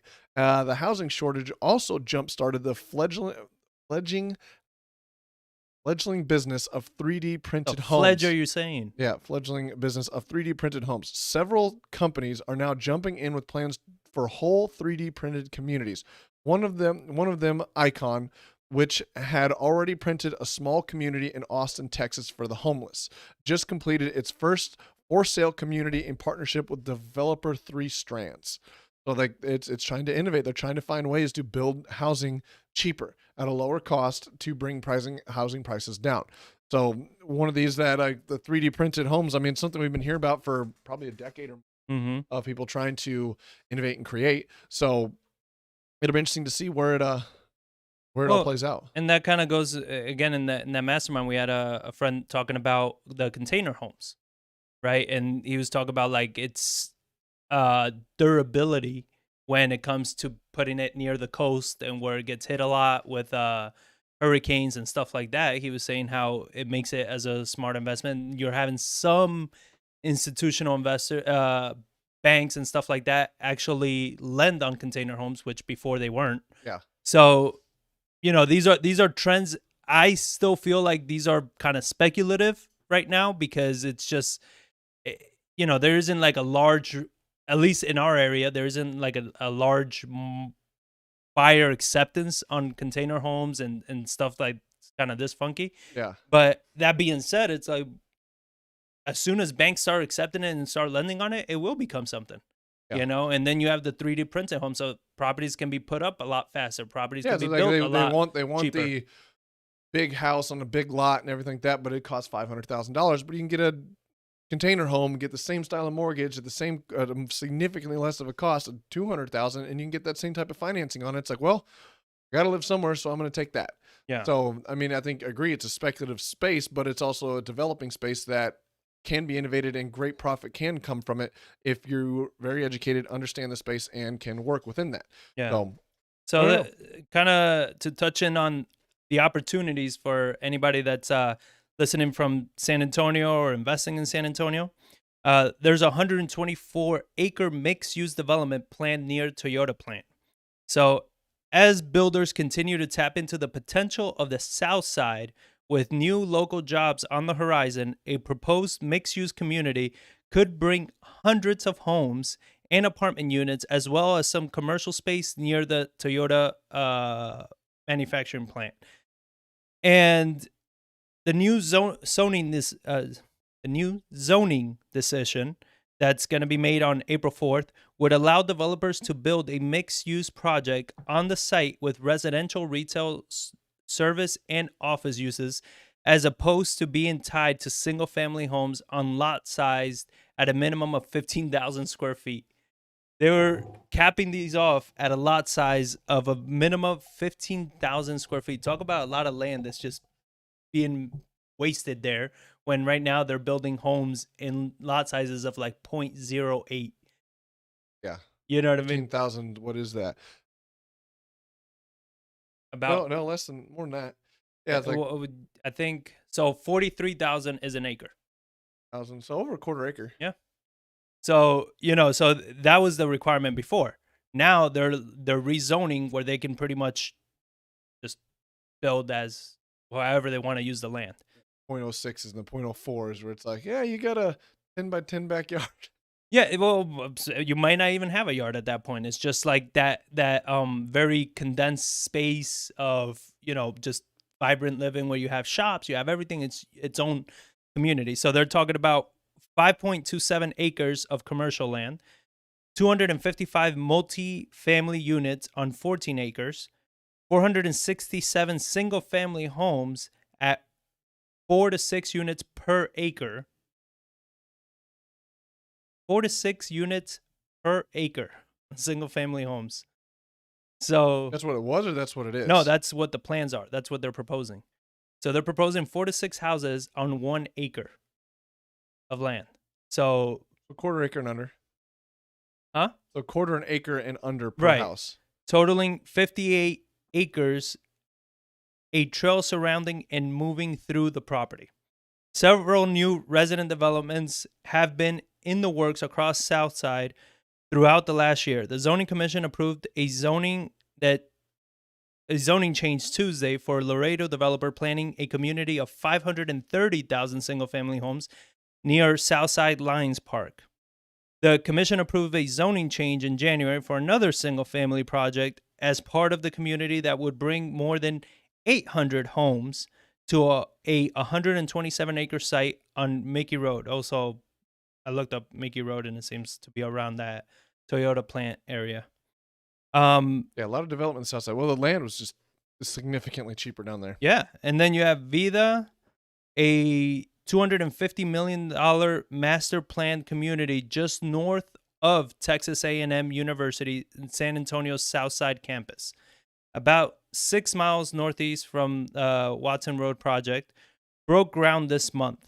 So then you have South Star Communities. The development team behind the 400-acre property is first focusing on housing geared towards Texas A&M students and faculty. So if you're looking for where to invest and you're looking for deals, I mean, all of these developments, all of these things are going to start making the South Side. It's going to bring a lot of tax dollars. Yeah. So all that tax money is going to go into infrastructure, like the roads and all that. And as we've seen when they're redeveloping, Dignity and Denver Heights and all these other areas, as they start bringing in more tax dollars, the area changes, right? So you're going to see that gentrification in those areas as well. But if you are a buy and hold investor, this is where you can probably still get some great deals. And by great deals, I'm talking about at reasonable prices and that probably are still cash flowing. Because in the meantime, while people can or can't qualify for a mortgage, they'll rent. You know what I mean? Rentals, I think, are, every time I read anything like this, I'm like, rentals is where it's at. You know, like rentals is where you can right now, like as they raise interest rates and they put all these requirements and they do all these things. Like I think more and more you're gonna see people, it's easier to just come get a rental while they figure out where the hell they're gonna go. Yeah. You know, and I mean, I don't know. I look at it, the South Side. I'm like, oh, there's a lot of opportunity down there. Oh, there's a lot of land. There's a lot of very old housing. That the thing is, like, you just got to be able to get the house cheap enough to bring it up to current standards. Where a lot of them have foundation issues, don't have AC, they have electrical problems, they have They're old old. roofs. Like there's just old things that were done back when those houses were built that don't pass today. Right. So, I mean, for sure, the South Side is something that is interesting. And traditionally, it was a area of town where that's where you saw people doing only owner finance, because like houses didn't go on the market, the values were never there to be able, you couldn't buy a house cheap enough to put the level of work it needed to be into it to sell it to a retail buyer with a retail loan. It was always owner We couldn't finance. even run comps in those areas because you would go on the MLS and there was like Yeah, nothing listed. Yeah, so those values increasing in that side of town is going to be good for the real estate market on that side. Yeah. Because I mean, it's one of the things, like owner financing, in our opinion, like isn't the best thing when values are No. It kind of like it's essentially investing in a bond. It's like I'm selling paper and I just get a debt payment. That's all you do.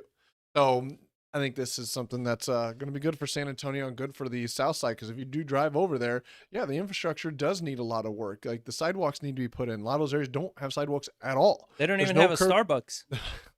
No curb and gutter, no on the road. So flooding is an issue. Water control is an issue. So with these developments and those tax dollars going into those areas, I will see those areas starting to become more developed. And I know city growing that way. And I know it sounds funny, but like the Starbucks thing is a real thing to keep an eye for, because Starbucks and companies like that, they look at economic data to see where they're going to be putting up a shop. I mean, I don't know right now. I haven't been to Southside in quite some time, but when I used to do a lot of we used to get a lot of leads and deals on the South Side that I would have to go see properties and everything. There wasn't a Starbucks anywhere. There was only one Starbucks in the in one of the military bases down there, which I didn't know it was a military base at the time until I tried to drive through and they were not having it. They don't have Starbucks down there, and that's because the price point that Starbucks targets is not down there. Yeah. Right. So if you see a Starbucks open area, typically that means that they have the analytics and the data showing that, hey, there's a clientele here for this. This is going to pay off. So, you know, that to me is another little gem there that you can kind of just keep an eye on, you know, when you're in areas that are distressed and all of a sudden you see a Starbucks go up. It's like, huh, I wonder, you know, what this area has. Any direction you want to head in particular? I mean, one thing that I wanted to kind of touch on is, I know it's one thing that you have strong opinions about, is I don't like have strong opinions about anything. the monopoly that Amazon is becoming, of like they just control, they're in a space of everywhere. Like I heard an advertisement for Amazon Pharmacy where it's like you can go and it's like, hey, next time you go to your doctor, say that you want to be put into Amazon Pharmacy, and as long as you have a Prime membership, boom, 2-day shipping, you get your meds there now. So it's like, now Amazon is controlling your medical space. They're getting into the medical space now. They're already in the TV space, and they just finalized to where NFL finalizes new 11-year media deal. Amazon getting exclusive Thursday night football games. If you want to watch Thursday night football, you got to watch it on Amazon. Amazon Prime. Yeah, well, I'm assuming because they're not on Comcast or anything like that. So the National Football League has finalized its new 11-year media rights agreement with a pact that will run through 2033 and could be worth over $100 billion. The league announced Thursday it's renewing TV rights with all of its existing broadcast partners and adding Amazon Prime Video as an exclusive partner for its Thursday night football package. It's the first time a streaming service will carry a full package of games exclusively.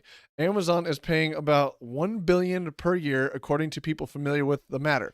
Amazon's deal runs 10 years and begins in 2023.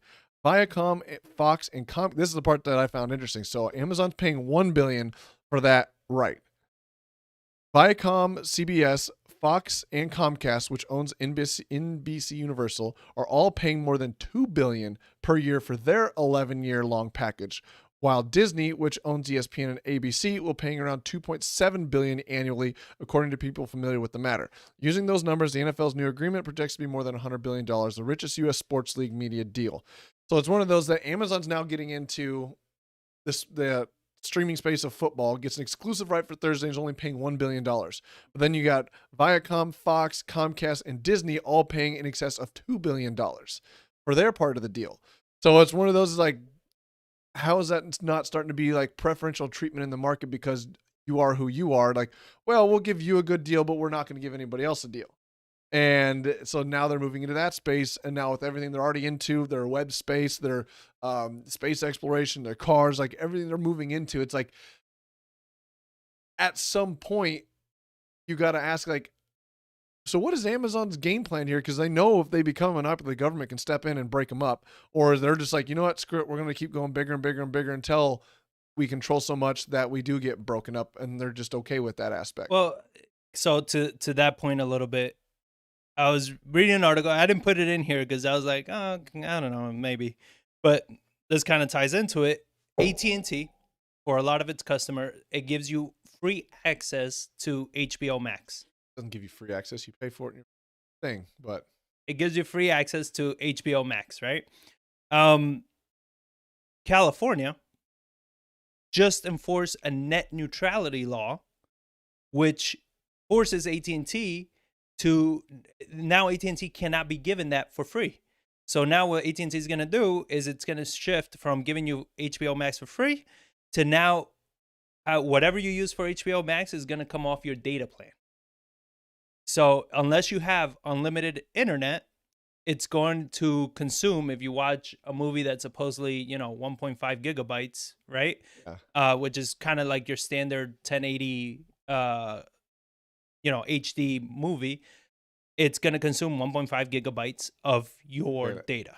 So you're, to that point, it's like becoming a monopoly. You still seem to have a lot of the free market and stuff like that is kind of coming in, and then you can always count on California to come out with some freaking law to, fight something. So they're coming out with this net neutrality that's forcing AT&T to now start doing that and stop giving away the free service of HBO Max to its customers. And you look at it across the board, how many services, I want to say it was T-Mobile, one of them, that when you get a plan with them, you get free Hulu. Yeah. Right. And when you they give you incentives like that. So now then all these net neutrality and all these things, I think, is going to start making it harder for either some of them to completely dominate. You know what I mean? And we see it I've seen it in soccer this whole time. So in soccer, you have what I used to watch is La Liga. La Liga is the Spanish soccer league from Spain. The actual Spanish soccer league. They've bounced around from network to network on rights. It has made it so freaking annoying to watch games, and I used to watch that one. And then sometimes I used to watch the English Premier League or, the French league or the Italian league. And this service had rights to this league. That service had right to that league. And next thing you know, I need to have like 5 different services to watch soccer. Yeah. And I was like, this is just stupid. And every year it will switch services, and then it will go to this other service and that other service just for that one channel. Oh, we give you 25 channels that are completely pointless. You got to pay $15. Well, that's the way it is right now. I mean, becoming here in, like I fear is Disney Plus has got a new movie, or Disney's got a new movie coming out, but it's only streaming on Disney Plus. To where like now, like, but they charge you. Yeah. Disney Plus charges. No, they charge you. So that's the difference, like between Disney Plus and like HBO Max, right? HBO has the Justice League movie that just came out. I can't wait to watch it. They have that one that just came out. As long as you have HBO Max, you can watch it for free. Yeah. Disney, on the other hand, like when they came out with that stupid ass Mulan movie, they charge you $20 to watch it. Yeah. And now that's what sucks is like besides now, the membership. Yeah, besides the $6 membership. $6.99 or something like that. But or that's what it was when it came out a year ago. It was $6.99 a year ago or something like that. But now it's like with all these desegregated platforms like we talked about last week, like if you want to see a movie, You got to go buy this service. Yeah. You want to see this movie? Oh, that's only been released over here. You want to go buy that? You've got to see it over here. It's where that's like, I'm paying $120 a month just for all these streaming services just to see the movies I want to watch, and I can't even go to the movie theaters anymore because they just don't even put movies out. Or like if Disney's got all of that viewership, they're like 100 million people in the first year on their platform. It's like, why do we need to give that piece of pie away to all these other distribution companies to play a movie in theaters when we can just put it on our own platform? Yeah. And be fine. And it's like 100%. Netflix is going to start doing it. Hulu is going to start doing it. HBO Max is going to do it. To where Well, like, Netflix did it with that one movie that was unnecessarily long, but with Al Pacino, Robert De Niro, what the hell? The Irishman? The Irishman. It was a big blockbuster movie, and they released it in theaters for like 2 weeks and then just released it on Netflix, which was a huge issue. You know, there was a huge we talked about it here. It was a huge problem, but they released it. It was a premiere movie, and they released it. So that's where like I'm worried where this is going to go. Just like the experience over there, it's like Yeah. everything just bounces around constantly, Yeah. and you can't just stick with one thing, and it's just going to get very annoying. Where it's like, screw it. But I'm okay with it because I don't have No, to watch of much course, TV but at it's all. just something to, Now, one thing that I did want to talk, kind of shifting gears, unless you have something that piggybacks on that. Nope. So shifting gears, could a coronavirus vaccine passport be coming? Oh, here we go. Politics. Last 15 minutes. Let's go politics. Unless you have some, I don't have anything until 10:30. I've got We can things to do. No, you don't. But they're talking about a vaccine passport. This article was actually very interesting because they had a point of view from a doctor. Let's see, where was he from? So some doctor from some school somewhere. Can't remember. Very descriptive. Yeah. Okay. So Dr. Jason Bowling is the hospital epidemiologist at University Health. So here's what the article talks about the vaccine. It says, with more people getting the coronavirus vaccine worldwide, a vaccine passport may soon be needed to travel or return to school or the office. So it's not just a passport for you to fly, but even to go to school or to even go to work, they're talking about. Several organizations and tech companies, including Microsoft, Apple, and Google, are looking into ways to offer these certificates. So they're already looking for ways to, monetize on it, which is, it's fine, right? But what you have is for more than 3 million Israelis and counting, this is the ticket back to normalcy. Their government issued Green Pass proves they've had 2 doses of COVID-19 vaccine. So you have pretty much those countries already are applying it. You have these companies like, Apple and where the hell did the article go? Okay.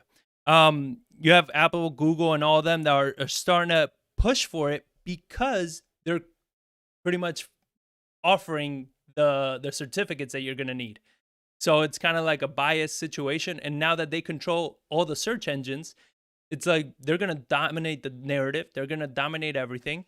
And if they start requiring you to get a passport to be able to go to school, to be able to send your kids to school, to be able to go to work, and let alone travel. They're already doing it here because I know like people that have gotten the vaccine, they're given a card that shows that they got that first vaccine. Yeah.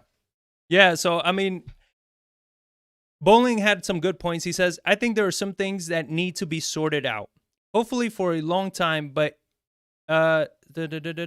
so he says that one problem is not knowing how long protection the vaccine lasts, hopefully for a long time, but it may need a booster. The virus that causes COVID, there are variants so they can impact how well those vaccines work. And the tricky part is you don't want to give people a false sense of security because these vaccines aren't 100% effective. You don't want someone to say, oh, well, I have my vaccine passport, but they're not taking the other precautions that are still needed, like wearing a mask and social distancing. Then he says, unanswered questions, if all 3 vaccines will qualify for the passport, then you're going to need an agreement with other countries on which vaccines they're going to accept. Will they only take Pfizer or will they take all COVID-19 vaccines? And then Dr. Bowling said fake vaccine passports could become a problem. You have to make it something that people can't forge.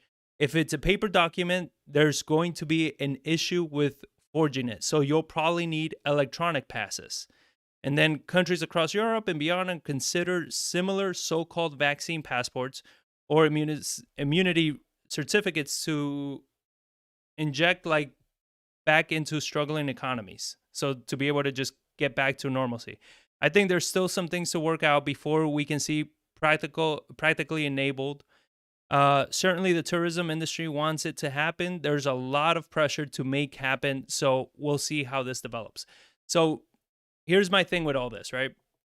Is one, would you get the vaccine if it's forcing you to travel, right? If it's forcing you to do things Yeah, that I you mean, need that's one thing. Like, if they force upon it to where like you can't do anything in the world without having it, yeah, you're gonna have to get it if you want to live that kind of lifestyle. It's like, or you drastically change your lifestyle to where it's like you stay in your house and you never leave. Yeah. It's like they very easily could come about that way and trying to force it on. It's like you can't go into a grocery store, you can't get on an airplane, you can't get into a movie theater, you can't do anything without a passport or this vaccine certification. Yeah. So if they wanted to, they very easily could. Where it's like, nope, they will force you to do it if they want and to. then they said, one was talking about it with Val, and she was like, well, how can, will this really happen? I was like, well, when you have Google, Apple, Amazon backing it, and then you have the tourism industry backing it, airlines backing it, because that would be the quickest way back to normalcy. Yeah. You know what I mean? Like, you have a lot of money backing it. When you have a lot of money, it's like, how does it not become policy? Well, it's also then like, who else is going to back it at that point?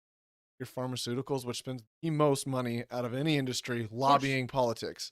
Like, of course, they want it because they make the money from it. So, And then I was reading an article. never let a good crisis go to waste. No shit. Yeah.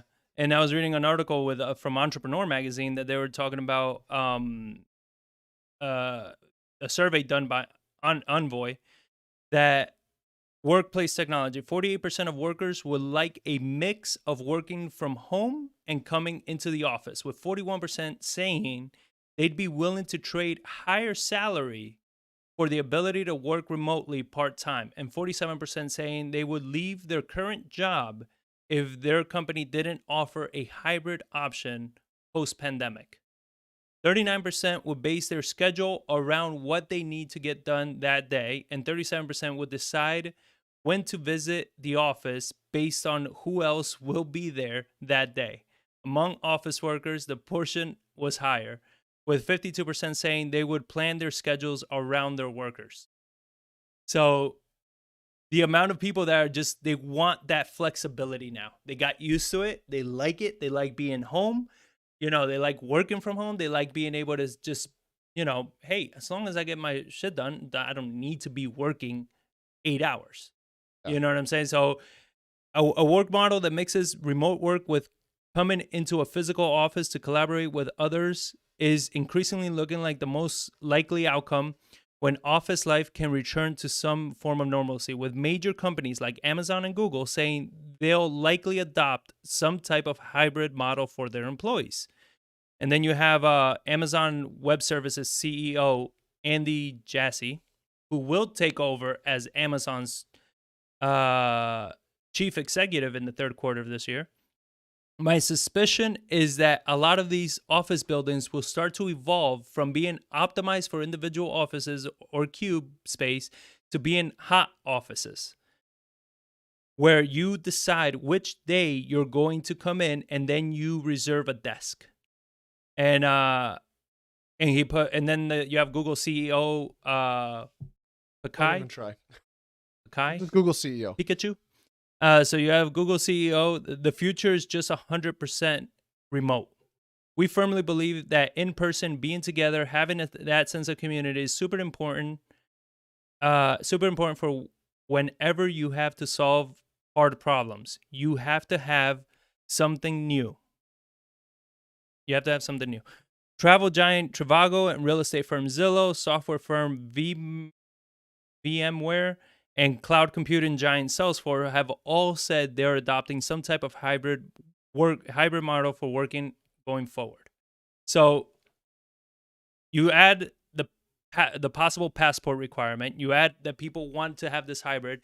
I mean, that's gonna affect real estate as well, because now you're gonna have people that rather live somewhere maybe where they actually want to live, or somewhere where it's more affordable Well, I to mean, live. that's what's happening right now with like California. I'm representing somebody right now that's leaving California for that exact reason. It's like, I don't have to live here, so I don't want to live here anymore. And they're picking up and moving, and they keep their same jobs and everything. They're moving to here to Texas. So is the job here in Texas, or No. they're working remotely? I'm working remotely. They can both Yep. have the ability to work from home full time. They're like, so why do we got to stay? We love our community. We love where we have our house and everything. So we just hate the politics of the state, and they're Yeah. leaving. And It's they like brought, that's what's happening in a lot of places. It's happening more and more and more. And you hear that. That's why people move to Florida. That's why people move to Texas. That's why people move to Tennessee. They're moving to less regulated, seem to be more Right. red states where businesses are going. So and I think this is going to be a huge shift, because I remember when I was in New York looking to where to move to, right, where it made sense, and I was looking into Texas. I remember back then you were looking at where are there professional teams, where are there people moving to, what are the jobs, job diversification, all of this, and those are the cities that you kind of want to look at. So now my thought is, if people are going to be like, yeah, you used to want to live in those places, but they've gotten so expensive that now I'd rather move to this smaller town because I can work remotely. Yeah. Now, do those small towns become more attract more of those sports teams as well? Because now people are kind of shifting from those expensive cities to more of the suburb areas. Are the team, you get what I'm saying? Like, how's density going to look like when that shift happens? Are people still going to want to be in crowded cities, expensive cities, when they don't have to be? I mean, Is it that, depends on the lifestyle you're looking for, because obviously in highly dense, crowded areas, you do have way more amenities for the local areas than you do in something that's spread out in rural Mhm. America. Like a sports stadium, I don't see sports stadiums targeting smaller communities because they still need people to show up. That's where their big tickets come from. It's Right. like if you try to go to a football game, it's like $100 a ticket. Yeah. And like they're big corporate sponsors. That's why they say San Antonio lost out when the Raiders were moving around. It's like, we just now didn't have enough big money here to pay for the corporate sponsorships to fill those skyboxes like they needed. well, So- and you also have stupid old money here that they are more focused on, just like controlling what they control, where they're not focused on allowing the new stuff to hit San Antonio. And we've had companies that wanted to come to San Antonio, and all of a sudden they're like, oh, you can come here, but if you want a office space, you need to get it downtown. And the company is like, no, I want to get it outside of 1604 because it's less expensive. They're like, no, if you don't get it downtown, then you can't open here. Yeah, that was Like- stupid. Austin. They went to Austin. It's like, dude, that was still going to bring 100,000 jobs. Like, Yeah. what the hell does it matter where they're positioned? Like, because we want a vibrant downtown. Okay, put that in your Christmas list. But like, you got to take the businesses as they come. Yeah. You know what I'm saying? So, yeah. So I don't know. I mean, personally, if all you needed was the vaccine passport to travel, I wouldn't get it, because I could give two shits about traveling. You know what I mean? And and it's not even about like the whole politics of COVID, not COVID. My issue is more of like how quickly this vaccine was pushed through, and it didn't go through the necessary trials that a vaccine typically goes through, that takes like over 2 years to go through. Well, And it's but like, but it did. Because no, well, it didn't. Well, it's because like what it did is like, because we had way more cases to test it on. Because you look at like why vaccines take so long is because they have to give it to a bunch of random people and see how the virus spreads among those people. But since COVID But over spread, time. But they need to see what the reactions are over time, how the vaccine reacts over time. They still need time to see how that shit adverse reacts. reactions, not the testing of Yeah. its effectiveness. Oh, even its effectiveness. Like, they still said, they're like, we don't know its effectiveness, because we don't know, as the virus mutates and changes and everything, is the vaccine still going to be affected towards that? They don't know, because it hasn't been out long enough for them to test it. So they're like, and this was I was talking to a doctor. I can't remember which doctor. It was I don't know, but he was telling me the same thing. He's like, no, they didn't do the proper testings that is typically done with all this. He's like, it was pushed through. The initial testing looked good, and they pushed it through. They're like, but we just don't know what we don't know about it. Well, They it's the still don't long-term even effects fully of it, know. yeah. I mean, over 2 years, like how's a vaccine going to treat in somebody's body used over and over and over and over and over? And again? then that takes, they that don't does take even, time. now they're already testing with babies and kids to see how that goes. I'm like, Jesus, I could just see you wanting to put up your kid as a freaking guinea pig to see how this vaccine's going to work out. Like, I'm not a fan. I'm not a fan of medicine. That's my personal thing. Like, I mean, I've even taken ibuprofens. Like, I got to be in pain for me to take ibuprofen, right? Like, I'm not a person that the mildest headache, taking a pill. Like, no, I got to be in quite a bit of discomfort for me to do something. I don't like medicine. I don't like all those things. And so it's like putting in a vaccine just to be able to travel is like, stay home. I'm fine. I don't need to travel. I'm not going to do that. Now, once it's been tested enough. If they force it, like you literally just can't leave your house. Like you can't go to Home Depot. You can't go to Lowe's. You can't go to grocery stores. You can't go get gas. You can't go to grocery stores. Like if they force it towards like that level, or like, what do you do? What are we talking about? Military on the street? We're living in a communistic society. No, like how the hell do you force it? You go to pay gas. Like it's a part of your card. If your card, it's attached to your debit card, your credit card. It's like you get vaccinated. I will figure out ways first to forge and fake that shit before I put in something that I'm not. Again, I'm not against. Huh? Oh yeah. Oh, I agree. And like I don't think it'll get to that level. It's like I think the more you'd have people revolt in masses if it's. I would hope so, but one of the things I'm looking like I said, once it's been tested, that you're like, okay, this vaccine's been in the public. Like we've had a full cycle at least of COVID that we saw. Okay, the next winter came by. You know what I mean? Did we see more spikes? Is it dying down? Are we seeing more variants? How's the vaccine react? Once we get all that, and we're like, okay, everything's cool. You know, nobody's developed a third head, a third eye or something like that. I'll consider it. Yeah. But right now, no. Yeah. Right now, no. It's you can't go anywhere. Cool. Everybody delivers. Yeah. But I mean, it's one of the things like you look at the rates of like what the testing rates, the positivity rates, and like the hospitalization rates, like they're dropping like a rock. Like here in San Antonio, the rates that like they put out every day, I hadn't seen one in a long time, and I saw one come out. You're gonna upset Nuremberg. He's the one that's saying it. He's the one that puts it out. And it's like they were hitting like 1,400 cases a day kind of thing, like 2-3 months ago, and it's down like 150. Testing and positivity rates way down because it needed to go. That was the whole shit. It's like the lockdown. I get the lockdown happened initially because it would have overwhelmed the hospitals. It would have. I completely understand. Everybody prepared for a second wave.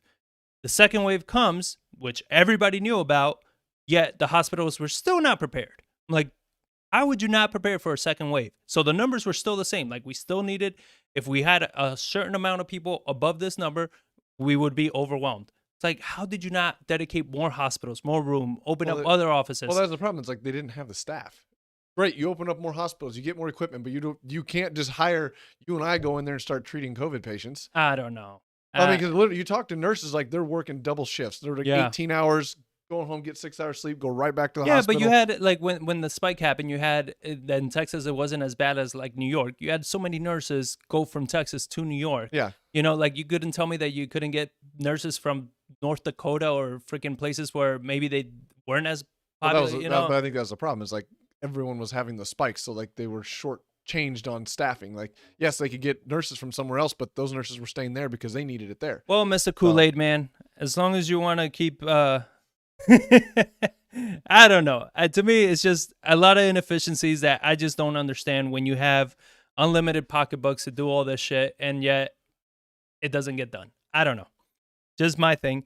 But with that being said, we did hit our 2-hour mark. So, and Mr. John apparently is busy, whatever that means. We'll begin wrapping up this episode. So remember, guys, if you found this valuable, hit that like button, support us, help us out. You know, if you're liking watching this, share it with your friends, invite people. You know, let them know what we're doing, why we're putting out all this information. You know, our hopes is that you're educated, you are informed, and you try to make decisions based on your understanding of things and not because it's trending or because it's hot. Like, that's why we try to break down all these issues. So with that being said, I hope you guys enjoyed it and you have an amazing weekend, and we will catch you all next week. Bye.